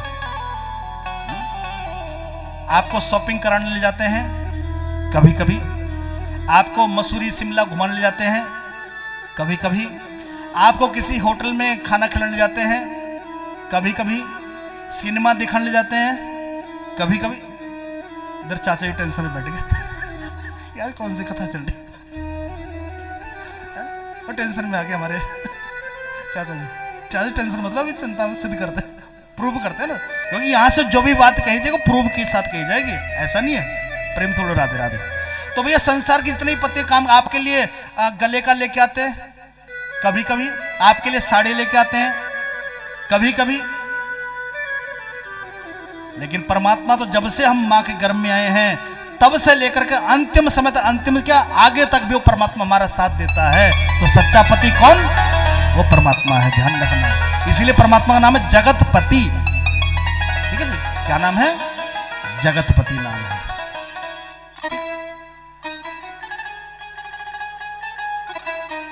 भाई यही बोल रहे हो, जगतपति घर जाकर तो वही पति है। लेकिन देखो व्यवहार है, देखो कार्य करना है। पति पत्नी का संबंध बड़ा ही पवित्र रिश्ता है। बस सिर्फ दोनों एक दूसरे को समझें, एक दूसरे की भावनाओं को समझें, तो रिश्ता ही प्रेम का रिश्ता बन जाता है। भगवान श्याम सुंदर राधा कौन सा रिश्ता है? प्रेम का तो रिश्ता है ना? जगतपति, भगवान का नाम है जगतपति, है ना। अब समझो कैसे, ये भी समझ लो। देखो हर शरीर में एक आत्मा होती है, बोलो हाँ या ना, पीछे वाले बोलो हाँ या ना, होती है ना। और इस दुनिया को चलाने वाला परमात्मा होता है या होती है? ये होती है। कई बार गढ़वाली लोग मिल जाते ना, अब वो देसी के चक्कर में हमारे छोटे छोटे दानी होती है, होता है, वो नहीं भूल पाते भी, अपने रीति रिवाज है, संस्कार है, नहीं भूल पाते है ना। झगोरा की दानी होती है। एक बहन जी थे, मुझे याद है, बचपन में छोटे छोटे थे, सुना करते थे उनके मुंह से। तो ठीक है जी, तो हर शरीर में एक आत्मा होता है, होती है, होती है। और दुनिया को चलाने वाला परमात्मा होता है। तो बताओ जेंडर कौन सा है, स्त्रीलिंग पुल्लिंग? आत्मा शरीर में होती है तो कौन सा लिंग लगा? स्त्रीलिंग। और परमात्मा इस दुनिया को चला रहा है तो कौन सा लिंग लगा? पुल्लिंग। तो पति कौन? वो परमात्मा। और हम सबके भीतर एक आत्मा है, चाहे वो हमारे बड़े बुजुर्ग बैठे हैं, चाहे हमारे भाई लोग बैठे हैं, चाहे हमारी माताएं बहनें बैठे हैं, हम सबके भीतर क्या है? आत्मा है। हम सब कौन गोपांगनाएं हैं, गोपी भाव से हैं। आपने नोट किया होगा, कई बार आप पूजा करते हो तो पूजन में सिर पे आचार्यगण क्या करते हैं, सिर पे या तो टोपी रखो या फिर कोई रुमाल रखो। किस भाव का प्रतीक है? ये गोपी भाव का प्रतीक है। सिर पर कोई पल्लो रखना, रुमाल रखना, यह है आदर भाव का प्रतीक है, सम्मान देने का प्रतीक है। कल मैंने बताया था आपको इस बारे में। तो हम सब कौन हैं? गोपांगनाएं हैं। और पति कौन? परमात्मा ही है। तो भगवान उनकी परीक्षा लेने जाओ, घर लौट जाओ, अपने पतियों की सेवा करो। लेकिन गोपांगनाओं ने कहा प्रभु हमारे सच्चे पति तो आप ही हो। और जब भगवान उनका प्रेम देखा तो वहां पर भगवान ने उनके साथ रास रचाया है। क्या रचाया है? कि रास रचो है, रास रचो है, जमुना किनारे महारास रचो है, रास रचो है, रास रचो है, जमुना किनारे महारास रचो है। रास रचो, रास महारास रचो है, रास रचो, रास रास रचो है, रास रचो है, जमुना किनारे महारास रचो है, रास रचो है, हाँ रास रचो है, जमुना किनारे महारास रचो है। राधा नाचे गोपी नाचे गोपी जन, राधा नाचे कृष्ण नाचे नाचे गोपी जन, ओ राधा नाचे कृष्ण नाचे नाचे गोपी जन। मन मेरो बन गयो सखी रे पावन वृंदावन, ओ मन मेरो बन गयो सखी रे पावन वृंदावन। अरे मन मेरो बन गयो सखी रे पावन वृंदावन, ओहो मन मेरो बन गयो सखी रे पावन वृंदावन। रास रचो है, रास रचो है, यमुना किनारे महारास रचो है, ओ रास रचो है, रास रचो है, यमुना किनारे महारास रचो है। रास रचो, रास महारास रचो है, रास रचो, रास महारास रचो है, ओ रास रचो, रास महारास रचो है, रास रचो, रास महारास रचो है, ओ रास रचो है, रास रचो है, यमुना किनारे महारास रचो है, हो रास रचो है, रास रचो है, यमुना किनारे महारास रचो है। रास के रचैया हो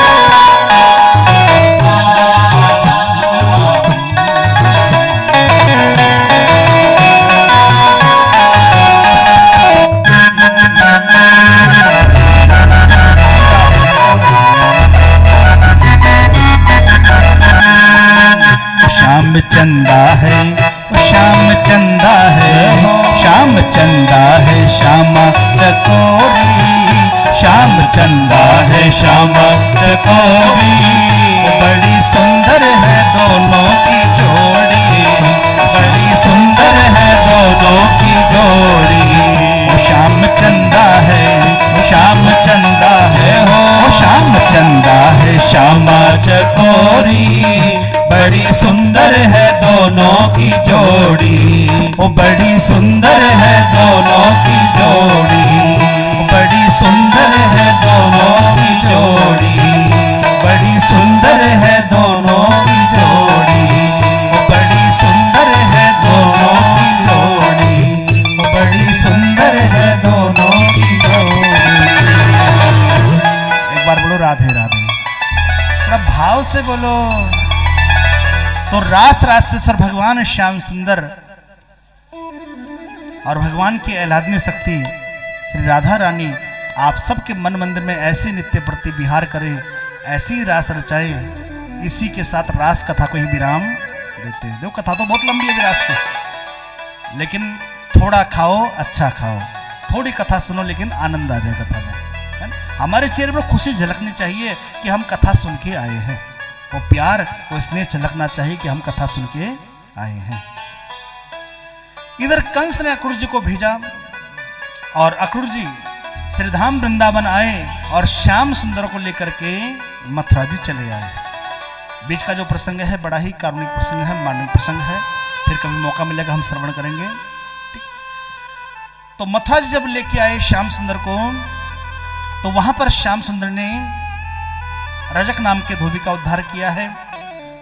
दर्जी उसको भगवान ने भक्ति का वरदान दिया है।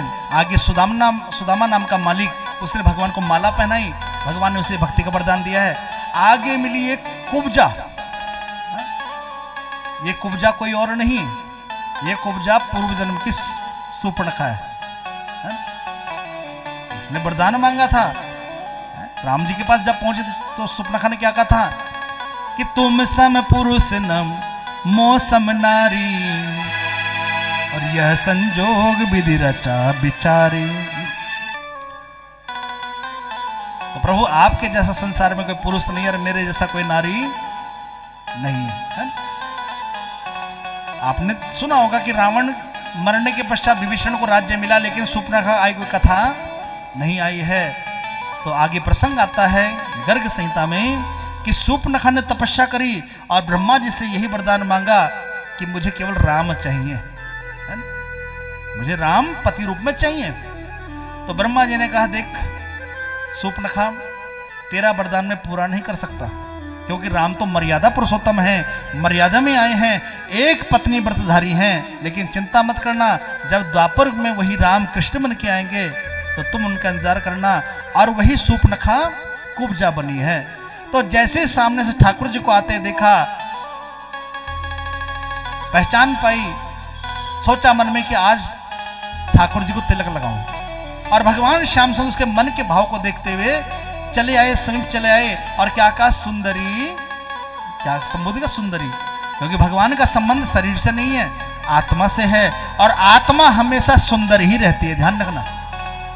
शरीर टेढ़ा मेढ़ा हो सकता है, दुबला पतला हो सकता है, चेहरे पर झाइयां पड़ सकती हैं, लेकिन आत्मा सदैव सुंदर ही, जैसे प्रकाश है वो सदैव जवान रहता है, ऐसे आत्मा सदैव जवान रहती है। तो जैसे सुंदरी कहा तो वह मन में सोचने लगी, आज तक सबने मुझे कुब्जा कुब्जा का कुबड़ी कुबड़ी कहा, लेकिन सुंदरी कहने वाला तो कोई जगदीश्वर ही हो सकता है। तो कहा कि प्रभु मैं आपको तिलक लगाना चाहती हूँ। भगवान ने कहा इसीलिए तो आए हैं। और जैसे तिलक लगाने लगी तो भगवान ने कहा अरे ठोडी पर नहीं लगाना है, माथे पर लगाना है। तो उसने कहा प्रभु क्या करूं, एक ठोडी तक नजर आता है, माथे तक नजर नहीं आता है। भगवान ने कहा क्यों, क्या हुआ? प्रभु कुब्जा हो ना, कुबड़ी हो, इसीलिए प्रभु यहीं पे ठोडी तक देख सकती हूँ, माथे तक हाथ नहीं जाता है और आंखें भी नहीं जाती हैं। भगवान ने कहा टेंशन मत ले, हमने अच्छे अच्छे कुबड़ ठीक कर दी, तो तू कौन से खेत की क्या है, मूली नहीं गाजर है भाई, गाजर। हे भगवान, अरे कल तो पढ़ाया था, बच्चे भूल जाते हैं। वही मैं चेक कर रहा था, ये बच्चे याद रख रहे हैं, हम तो ठाकुर जी के बच्चे हैं ना। ठीक है, आइए। तो मीठे का नाम लेना, तृतीय का नाम है। तो भगवान ने क्या किया, उसके एक पैर पर पैर रखा, कुल्ले पर हाथ रखा और एक हाथ से ठोडी को खींचा, और जैसे ठोडी खींचा वो तो बिल्कुल सीधी होगी। वो तो लकड़ी पर, प्रभु मुझे भी सेवा का अवसर दो, प्रभु मुझे भी आपकी सेवा करनी है। भगवान ने कहा चिंता मत कर कुब्जा, समय आने पर सब बता देंगे, है ना। इधर भगवान आगे पहुंचे, कंस का धनुष रखा, भगवान ने तोड़ डाला। कुबला पीरियड नाम का हाथी गेट पर खड़ा है, भगवान ने उसे ऐसे चक्कर कटाए, बेचारा बेहोश हो गया। इधर भगवान पहुंचे कंस के अखाड़े में, सल तोसर चाणूर मुष्टिक 4 पहलवान तैयार हैं, चारों ने भगवान को कुश्ती के लिए लड़का। आओ मल्लयुद्ध करो, तुम्हारे मामा कंस को मल्लयुद्ध बड़ा पसंद है। भगवान ने कहा अरे हम तो छोटे छोटे बच्चे हैं, आप तो बड़े बड़े पहलवान। तो उन्होंने कहा अरे कन्हैया, झूठ मूठ की लड़ाई लड़नी है, सचमुच थोड़ी लड़नी है। अब वो चारों के चारों मल्लयुद्ध प्रारंभ हुआ, लेकिन वो सच में मारने लगे। इधर भगवान श्याम सुंदर समझ गए भैया तो हमें मार डालना चाहते हैं। इधर भगवान ने अपना श्री रूप दिखाया, चारों पहलवानों को धराशायी कर दिया बलराम जी ने और श्याम सुंदर ने। भगवान भाग के पहुंच के कंस के सिंहासन के पास कंस का मुकुट नीचे फेंक दिया, कंस के बाल पकड़ खींचे, और जैसे ही बाल पकड़ खींचे कंस चिल्लाए